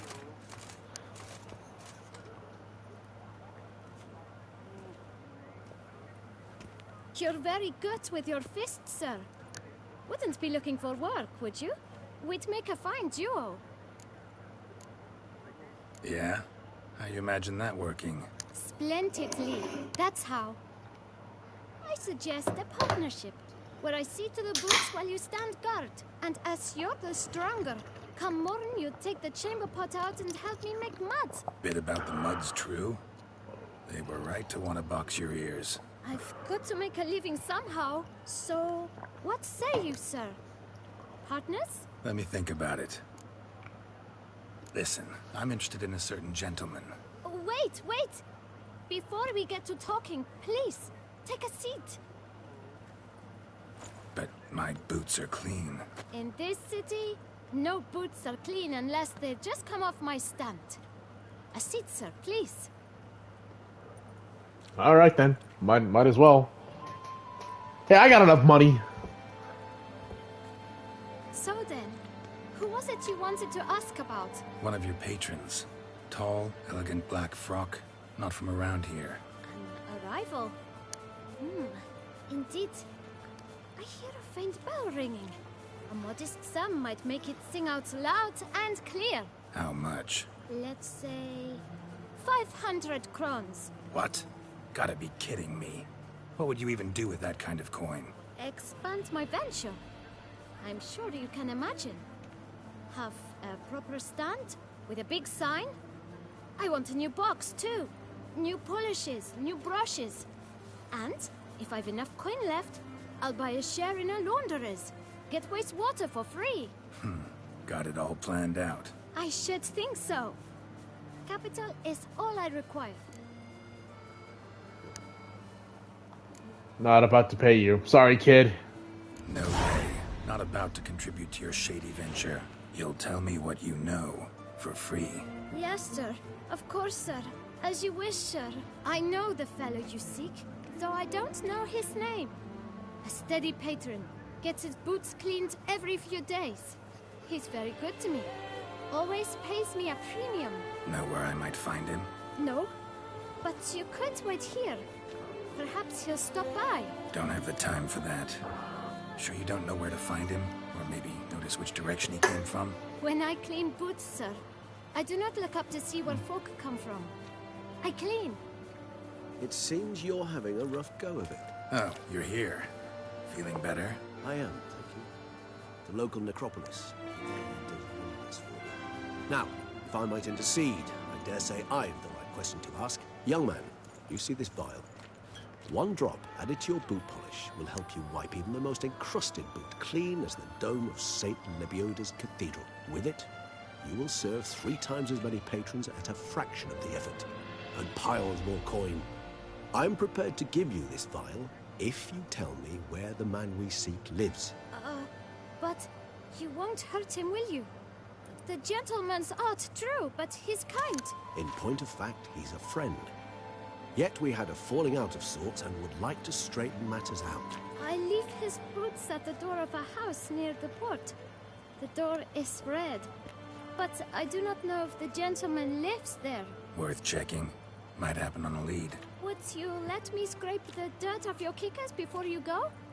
With all due respect, sirs, your boots could stand a cleaning. Thank you. Perhaps later.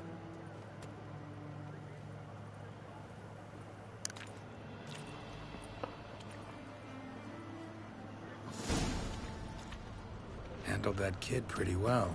Finding the right approach. That's the trick to dealing with children. Yeah, saw that. Meaning, the right thing to bribe them with.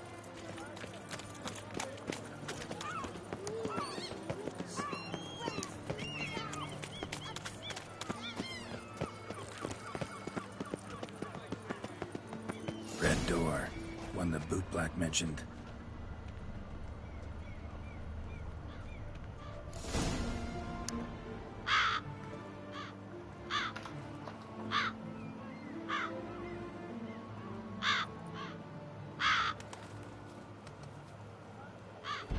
Won't budge. Gotta break it down. You might just as well stand out in the street, pound on a drum and holler, "Detlef, I'm coming for you." A bit more finesse, I implore you. Let's hear your idea. Give me a moment.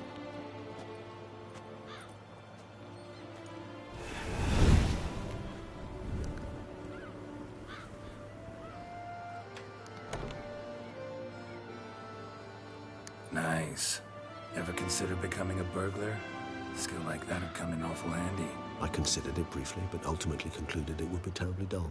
Come.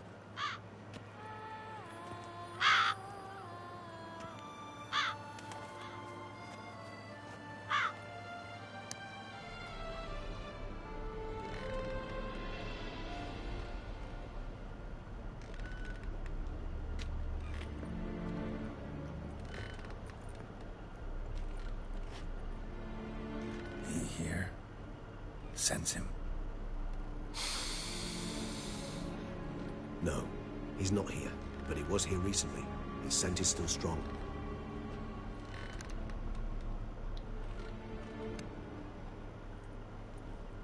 Let's look around.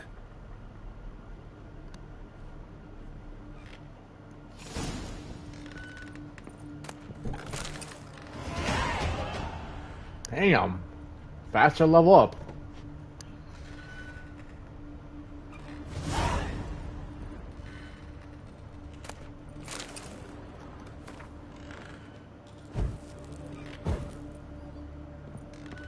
Old toy. No use to anyone. Shame. Must have brought someone joy sometime. I find these puppets rather disturbing. Somebody fixed this recently.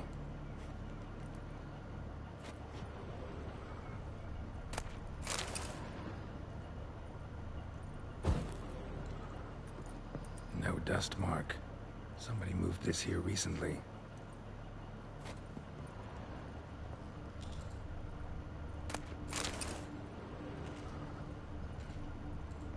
Nice little trinket. I find these puppets rather disturbing. Sometimes I think I might end up like one of these toys. Somebody fixed this recently. I find these puppets rather disturbing. Attic. Let's go. So this is his nest. Need to look around. No dust mark. Somebody moved this here recently.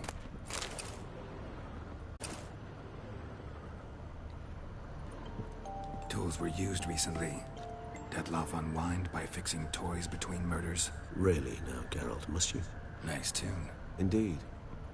I'm not certain why, but it reminds me of home. Our true home from before the conjunction of spheres. Woman's likeness. Bit smudged. This his lover? I don't rightly know. Reminds me of someone. Who? Not sure. Can't help feeling I've seen that face before, though. It is all... Yeah, now we see it clearly.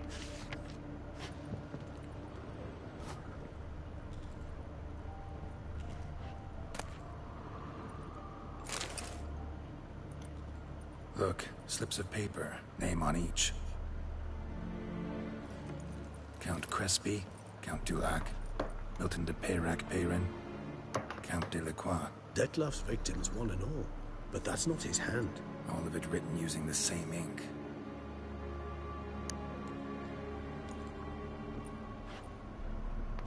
See the color? Ink was dyed with cinnabarite. Rare mineral, pretty much found only in... Nazaire. But I fear it means very little. Anyone could have imported such ink. Fair enough. Still worth remembering. The slip is stained. With wine. Not much to go on either. Especially not in Beauclair. Perhaps. Yet perhaps also worth remembering. Still got nothing, basically. Need to look around some more. Let's get to work.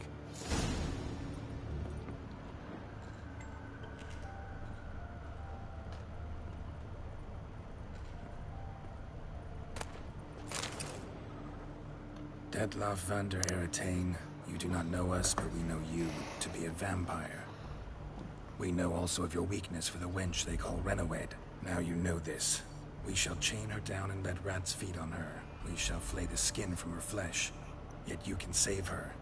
You need but travel to Beauclair, where you shall slay 5 men in the manner we prescribe. You must complete the killing in 3 days. Fail, and the next letter you receive will contain a memento of your failure. Your beloved's finger. There you have it. Proof positive Detlav killed not of his own accord. A blackmailer sunk his claws into him. Any idea what it could be? Detlav have any enemies? Indeed. Detlav gains foes occasionally, but they never live long. One might have managed to evade him. Possible in theory, but I know of none. It would have to be someone devilishly dangerous. As you well know, having faced Detlav yourself, whoever it is someone new.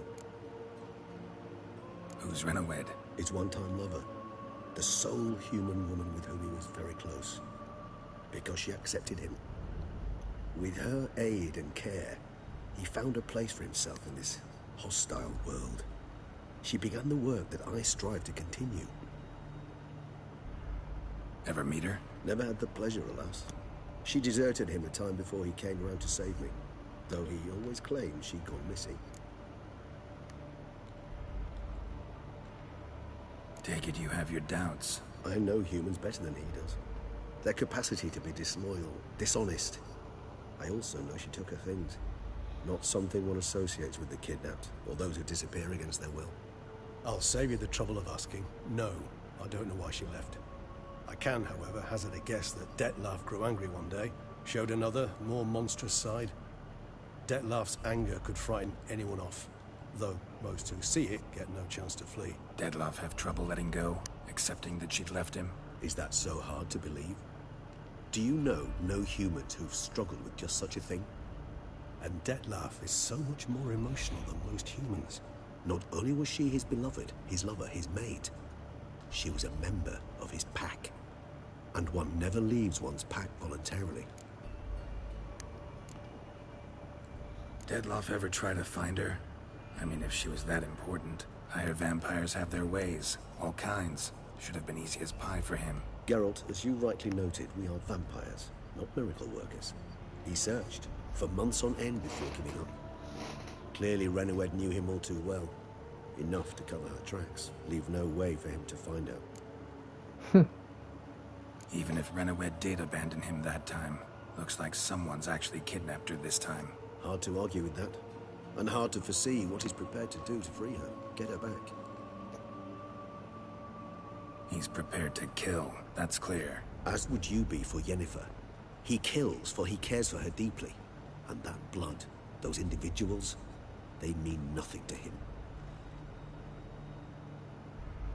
Yeah, I get it now. He's out to rescue a female from his pack. Exactly. Blackmailer. Kinda curious who it could be. Why is that? Regis. Somebody kidnapped a vampire's lover. Bold to begin with. Now they're forcing the vampire to kill. A vampire you yourself insisted no murderer. Blackmailer's skilled. Someone special. Astute. Now that I think of it, I'm beginning to wonder if... It's not one of your kind? Another vampire? Precisely. The plot thickens. Just a hypothesis. Wouldn't set my heart on it till we know more. Right you are. Let's sum up what we know. Seems Detlav's being blackmailed. Someone's been feeding him his victims' names. All noted down using one and the same Nazari ink.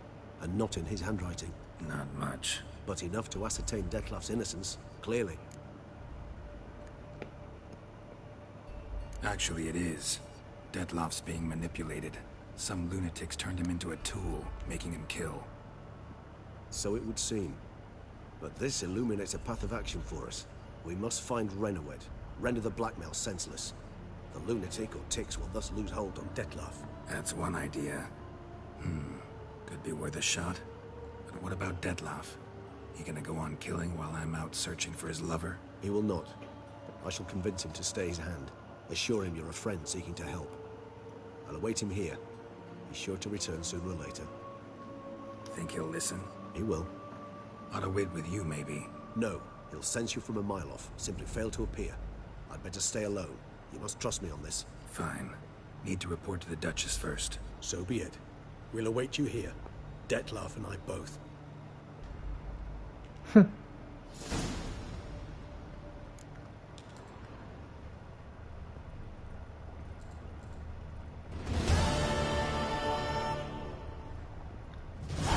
Well, that's the end of Regis's chapter. Alright.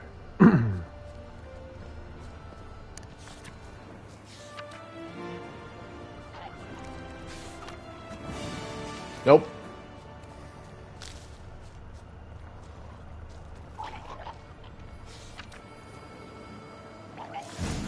Inscriptions in Elder speech. Salvation lies not in Dolnevde, but in our hearts. Glory be to Eldarin. Damn. Professor's journal's long gone. Guess somebody else found out about it too. Should look around, see if I can find something else. Professor certainly can't do much to help me with my search.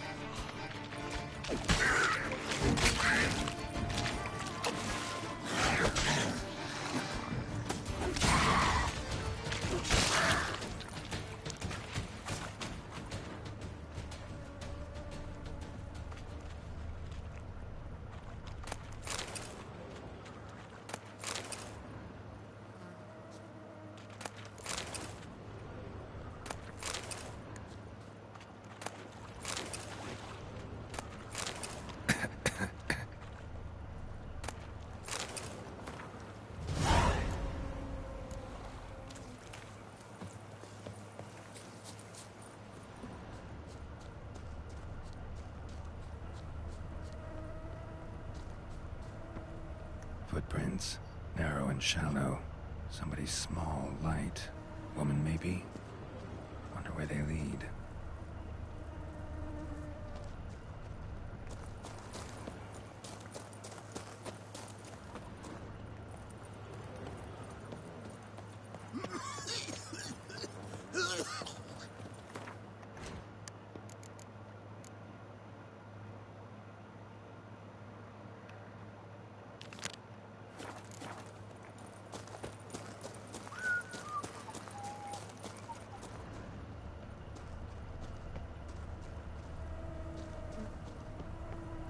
Damn it. Trail breaks off. Wonder if the grave robber learned more than I did. Won't learn anything else here. Map Jensen me'll have to do. Also, Epitaph mentioned both Eldarin and Dolnevde, Valley of the Nine.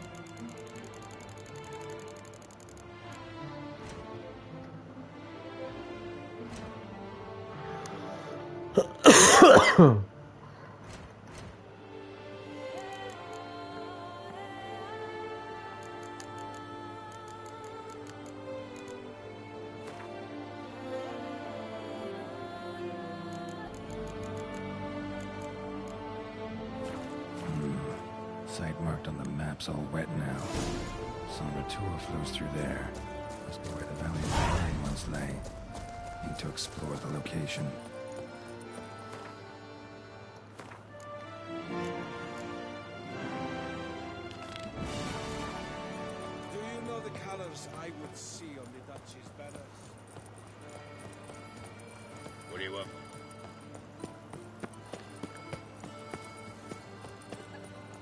Learn some bleating culture.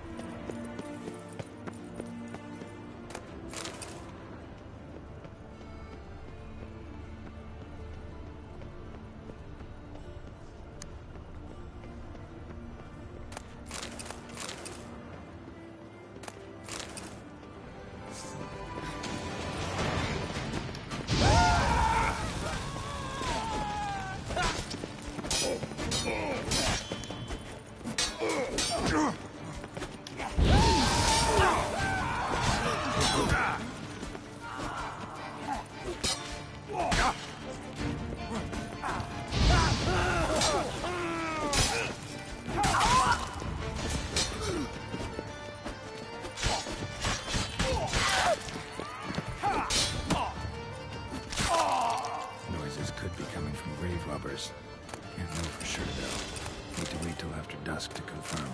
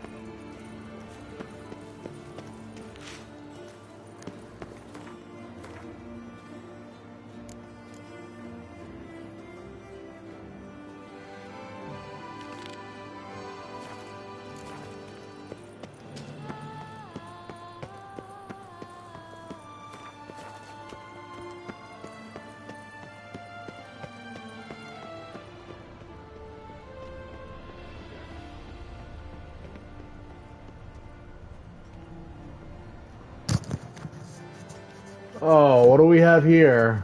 Come to visit your grandpa's grave, I guess.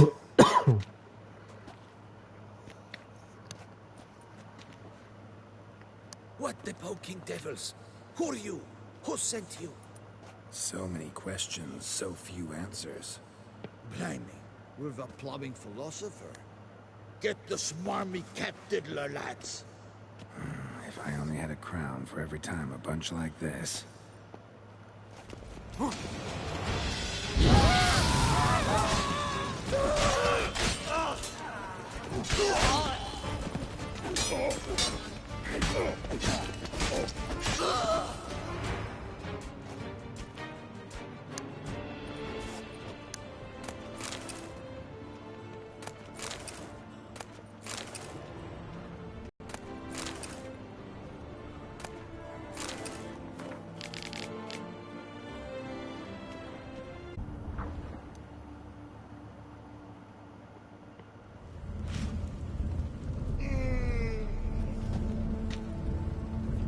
Who the hell yawned?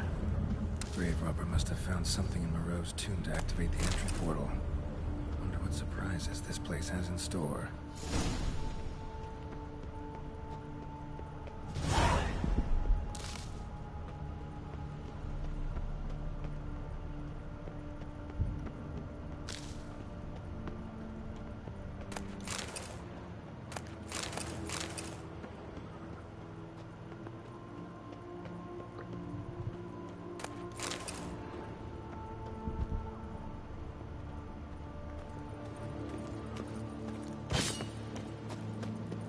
What? Into the spikes. Oh! Sick sense of humor someone's got. That's a big no-no. Seems someone besides me might be ferreting around here. Someone slim. No way I can swing through there.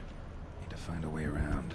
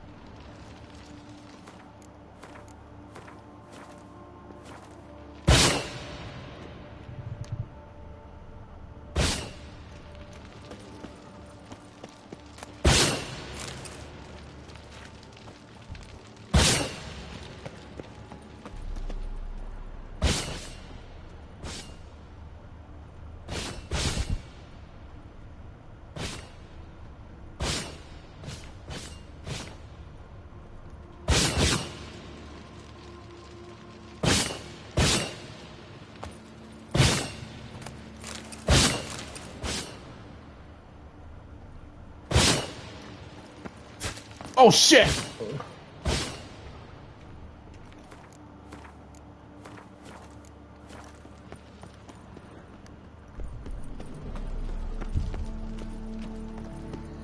That was a close one.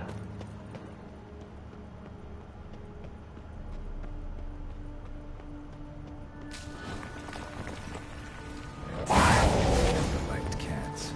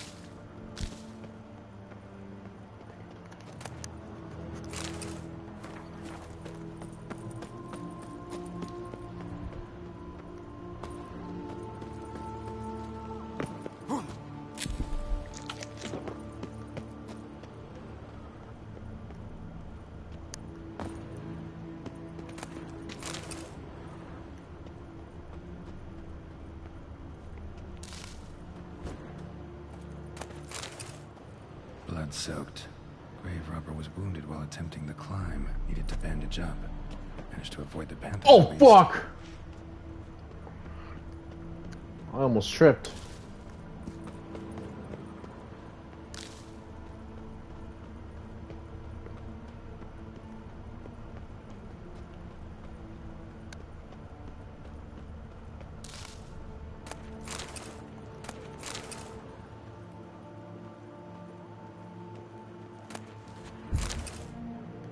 Someone dropped a crossbow. That's funny.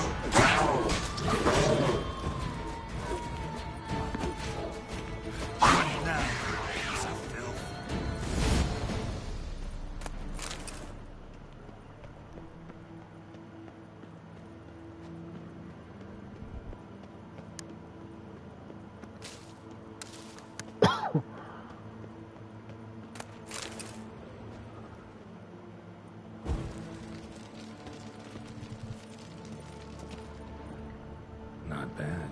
Wouldn't mind having something like that myself. A hook.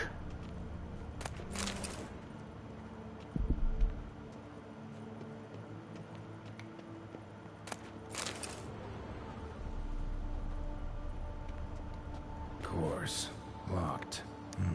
Notes I found mentioned 4 protruding stones. Gotta press them somehow. Crossbow, maybe? Could try to hit them.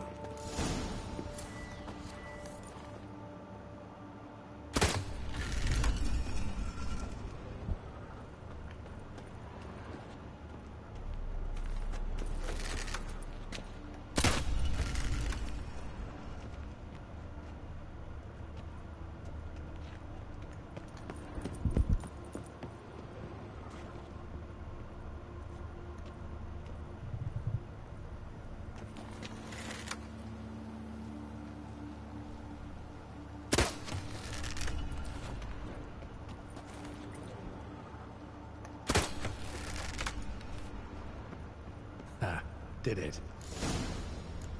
Ha! Did it.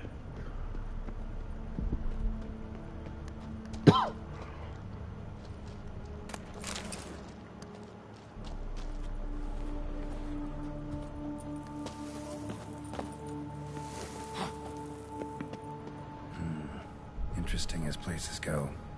Seems someone put a lot of thought into its design. Should look around.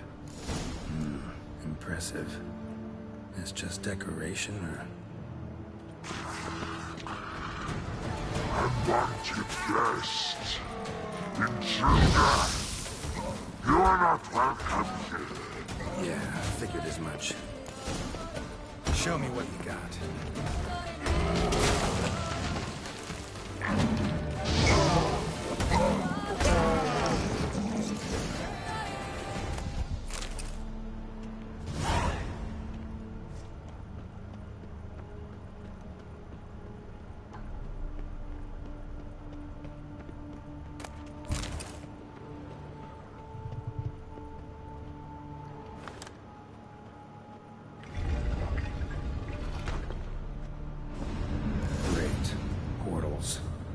Just keeps getting better. Darrow hates portals so much. Damn it. Back where I started. Oh, I remember this.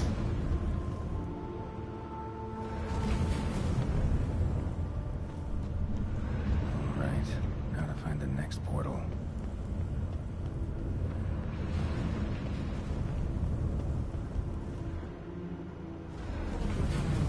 Damn it. Back where I started.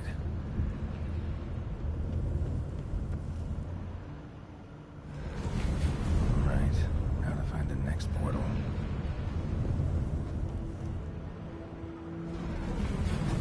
Damn it, wrong again. Could be some clue around here. Damn it, back where I started.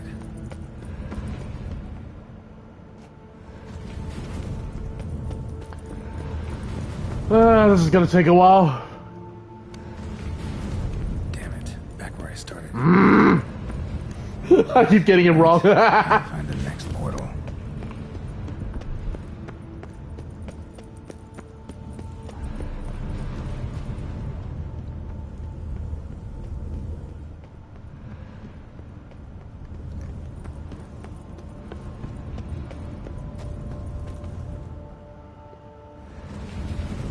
Statues seem oddly oriented, as if to all face in one direction. The right portal, maybe?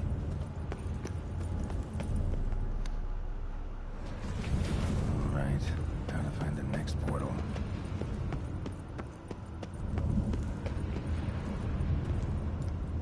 Ah!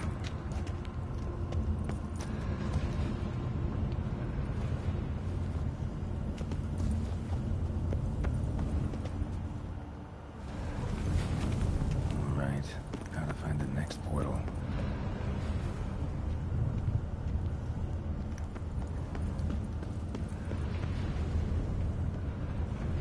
Oh, fuck!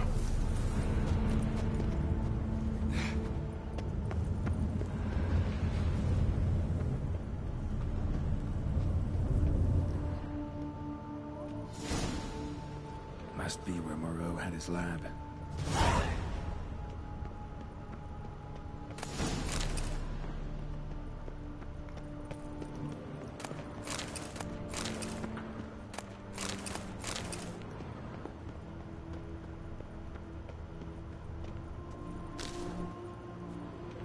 Crystals. Should mount them in the megascope. Missing 2 crystals.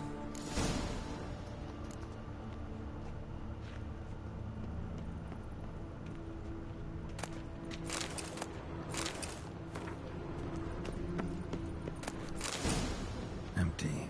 Wonder who's kept in here.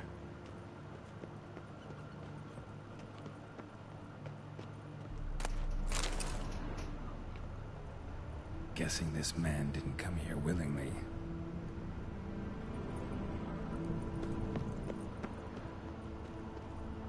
Intriguing as machinery goes, but how do I start it up?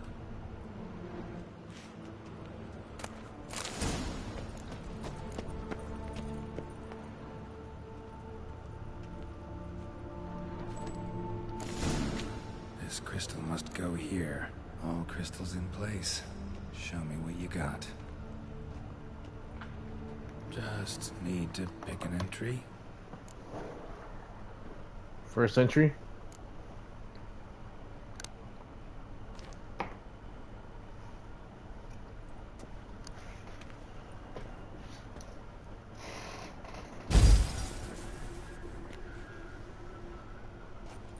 The 18th of Yule, year 1102. Today I begin my great life's endeavor, one greater and more significant than any I have thus far undertaken, for it relates to me personally, to myself and my son. When 15 years passed, a beast of the forest assaulted me. A witcher came to my aid, saved my life. I could not know that for said salvation, I would in the end pay by relinquishing any say as to my own son's fate.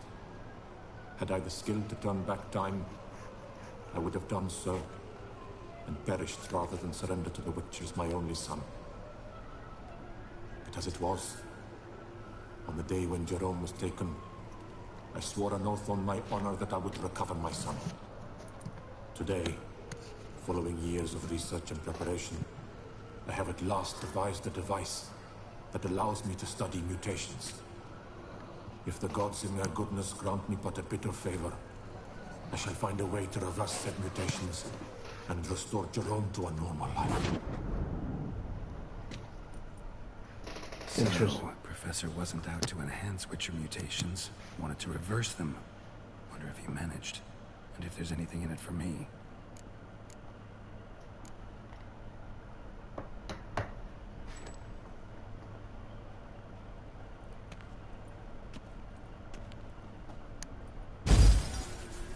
Observation 22. Despite applying a surfeit of toxic substances, significantly more than usual, the subject displayed no symptoms of overdosing. I believe this to be an effect of the mutations. Thus, a minor success. This mutation should allow Jerome better to tolerate toxicity.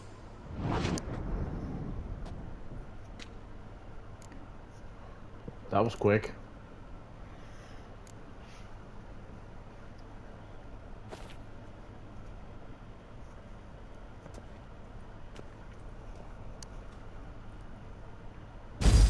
Observation number 30.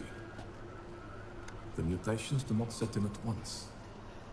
Curiously, they do not develop over a span of time.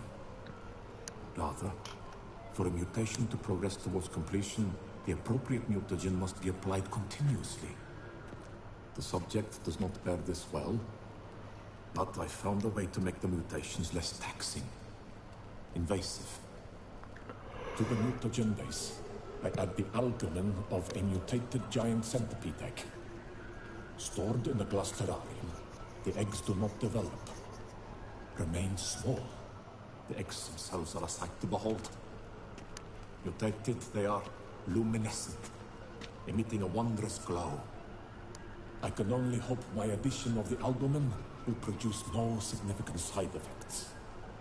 Time will tell.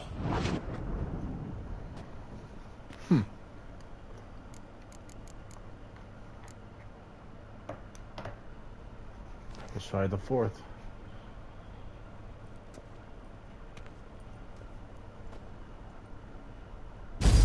Observation 58. Sometimes failure is the catalyst for success. I've discovered a method by which one type of mutagen may be transmuted into another through the addition of certain ingredients. This is a great day for science. In addition, I observed that today's dose of mutagens brought the subject to the brink of death.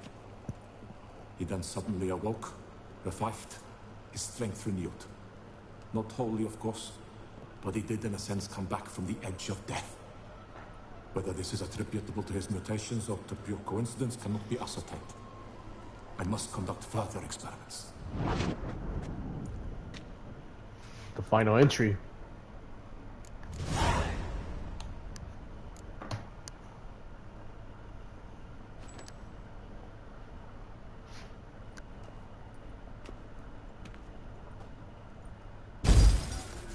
Years of experiments, research, sacrifice, all for naught. I have failed to achieve my defined objective. Ugh. Each mutation I applied to my subjects proved ineffective when applied to Jerome. What I meant to cure him of his witcherism, that which I meant to restore to him a normal life, only deepened his mutations, further augmented his speed and strength, rendered him yet more inhuman. It seems my son must remain a Witcher forever. I have failed. The time has come to abandon this place. Return home to Lydia. She may yet deign to take me back. The contraption and mutagens I leave here. Let them wither and crumble. As did my dreams of regaining my son.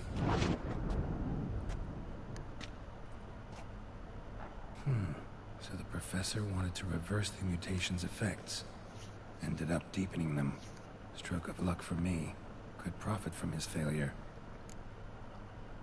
So, Professor tried to neutralize the effects of Witcher mutations.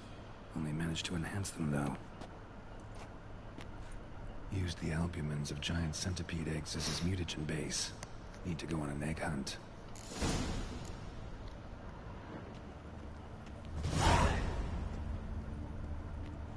Just need to pick an entry. Seen enough. Yeah. More likely enough.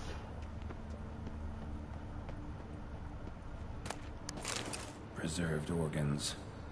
Hope their donors weren't forced to give them up.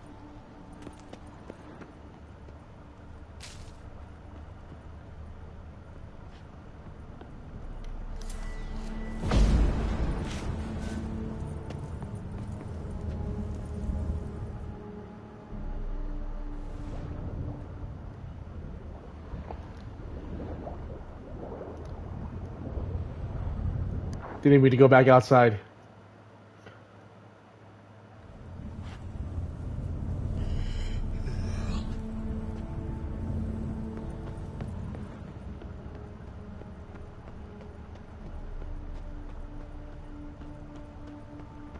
Quite the library. Mostly tomes on mutations and genetics.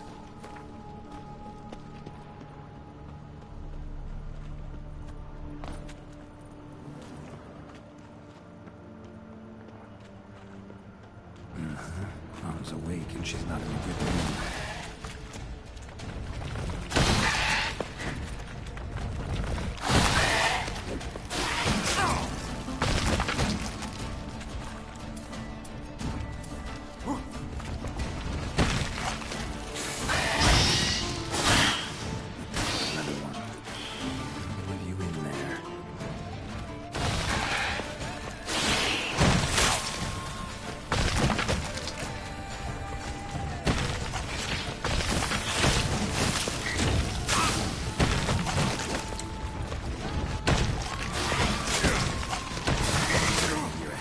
Are you kidding me?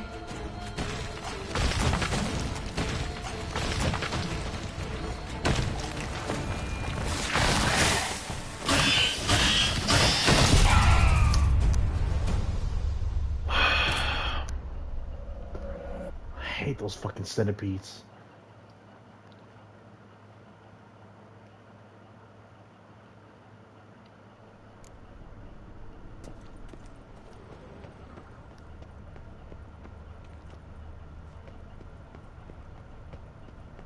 Preserved organs. Hope their donors weren't forced to give them up.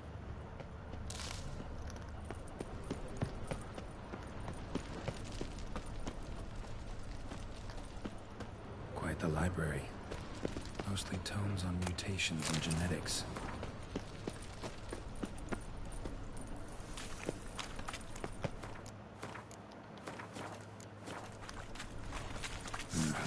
Mom's awake and she's not in a good mood.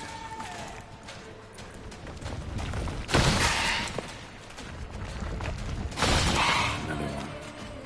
How many of you in there? What now, you piece of filth?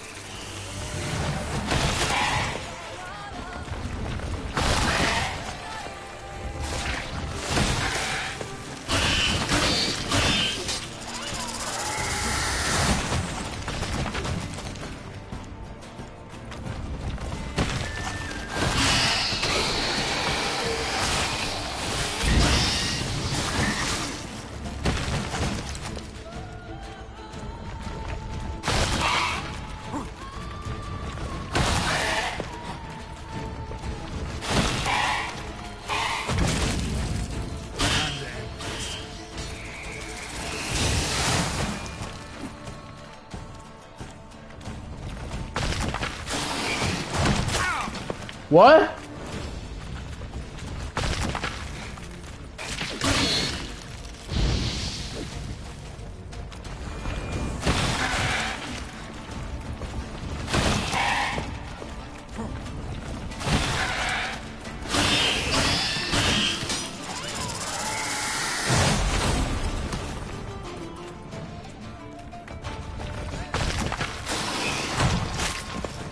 What?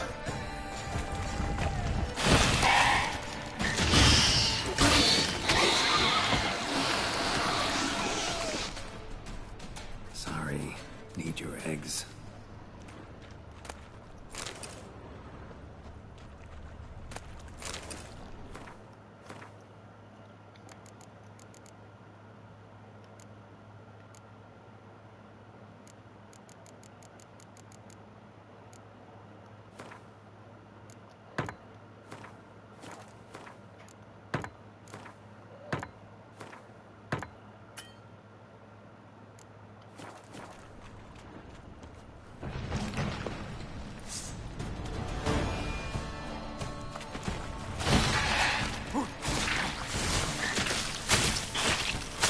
You gotta be kidding me!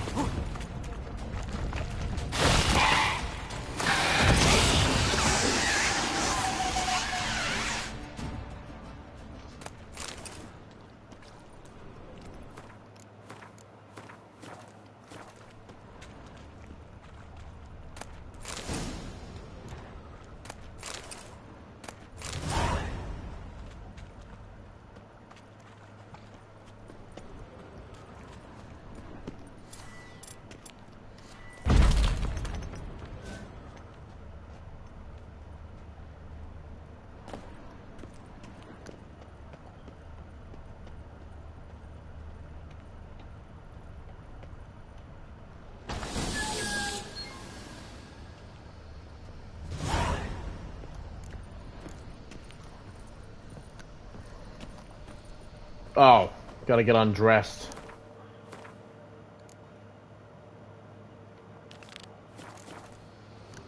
No point going in wearing full gear. Gotta drop my armor, leave my weapons. Gray, go half naked.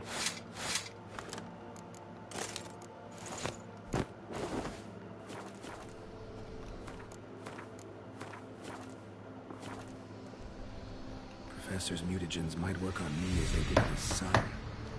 Well, time to find out.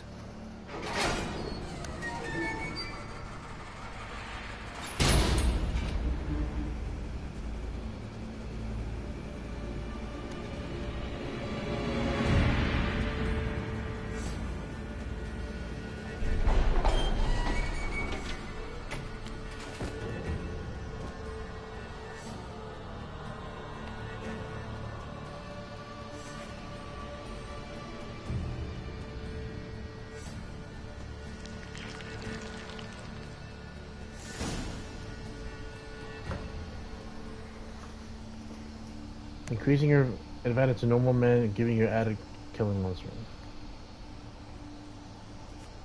That's it?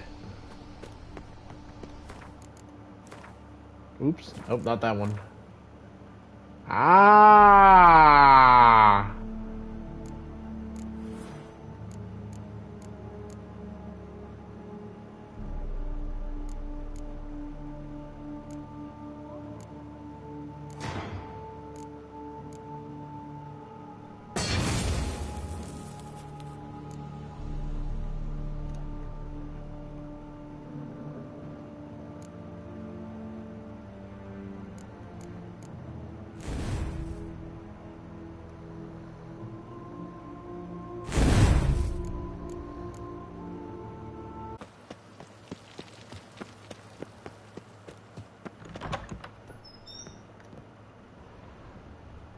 do not know how I will ever repay you, Witcher. Don't expect to be paid.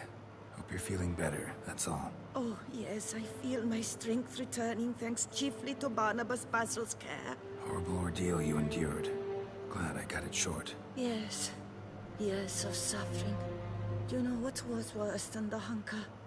Watching my loved ones, my children grow old and die. All my family's long gone now.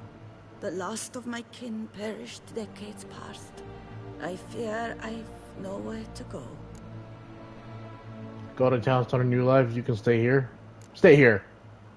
This is a big house, big estate. You can stay here. Truly?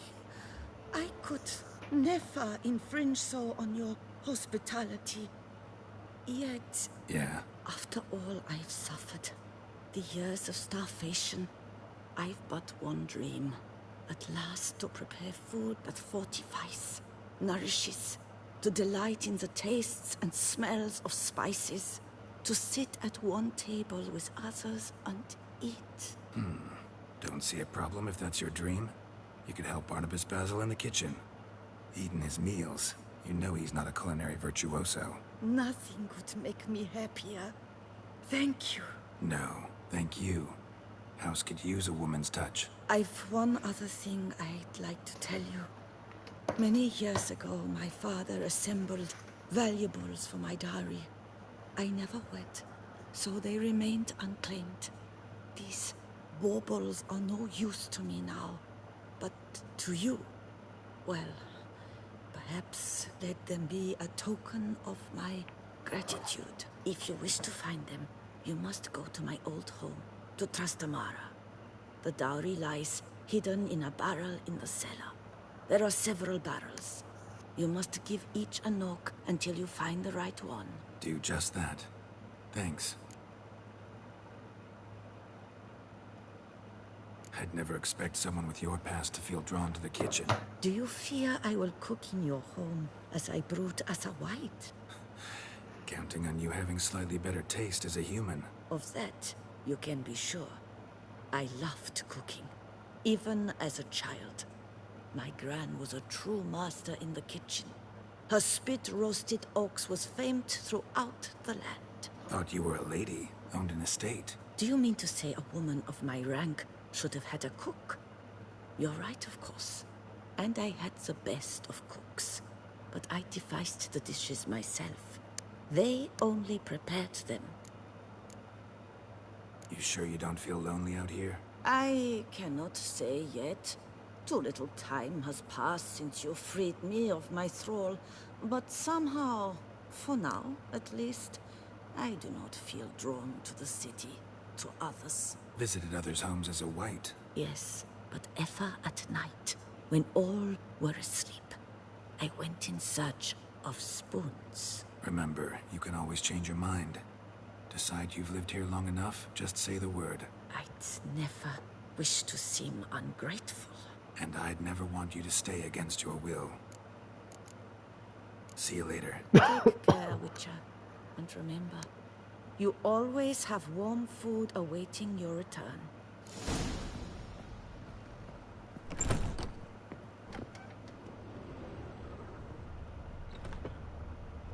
Stay as long as you like.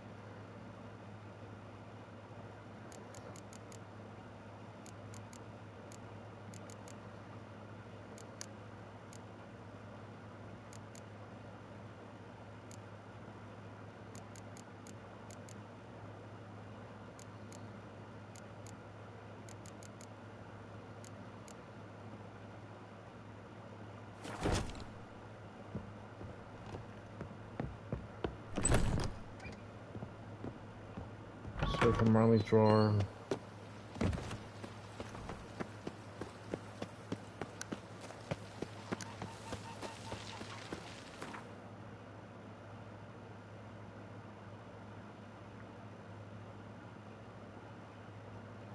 Oh, back there.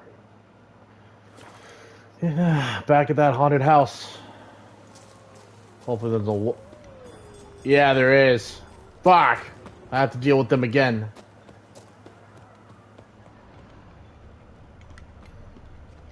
I guess not.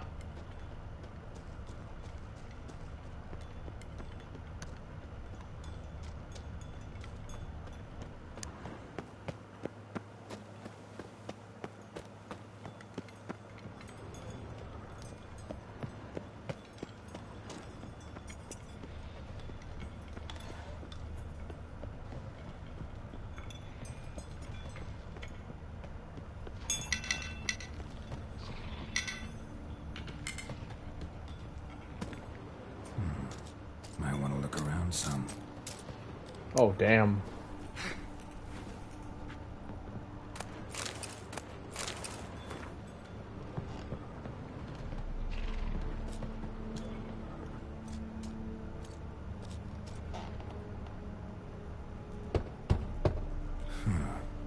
Strange.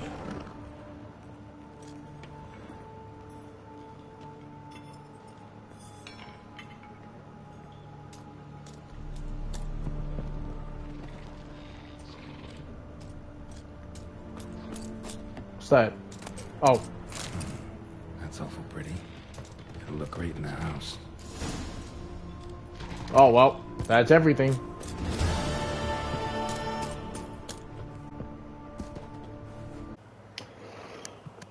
Alright. How long did I spend? Oh, wow. Barely 4 hours. So, yep. I'm going to be stopping right here. So, that was me coming back to continue on playing through the second DLC story, which is the Blood and Wine DLC story. So yeah. I'm pretty sure the next time I jump back in here, I'm going to be doing, like, lots of side quests. So yeah.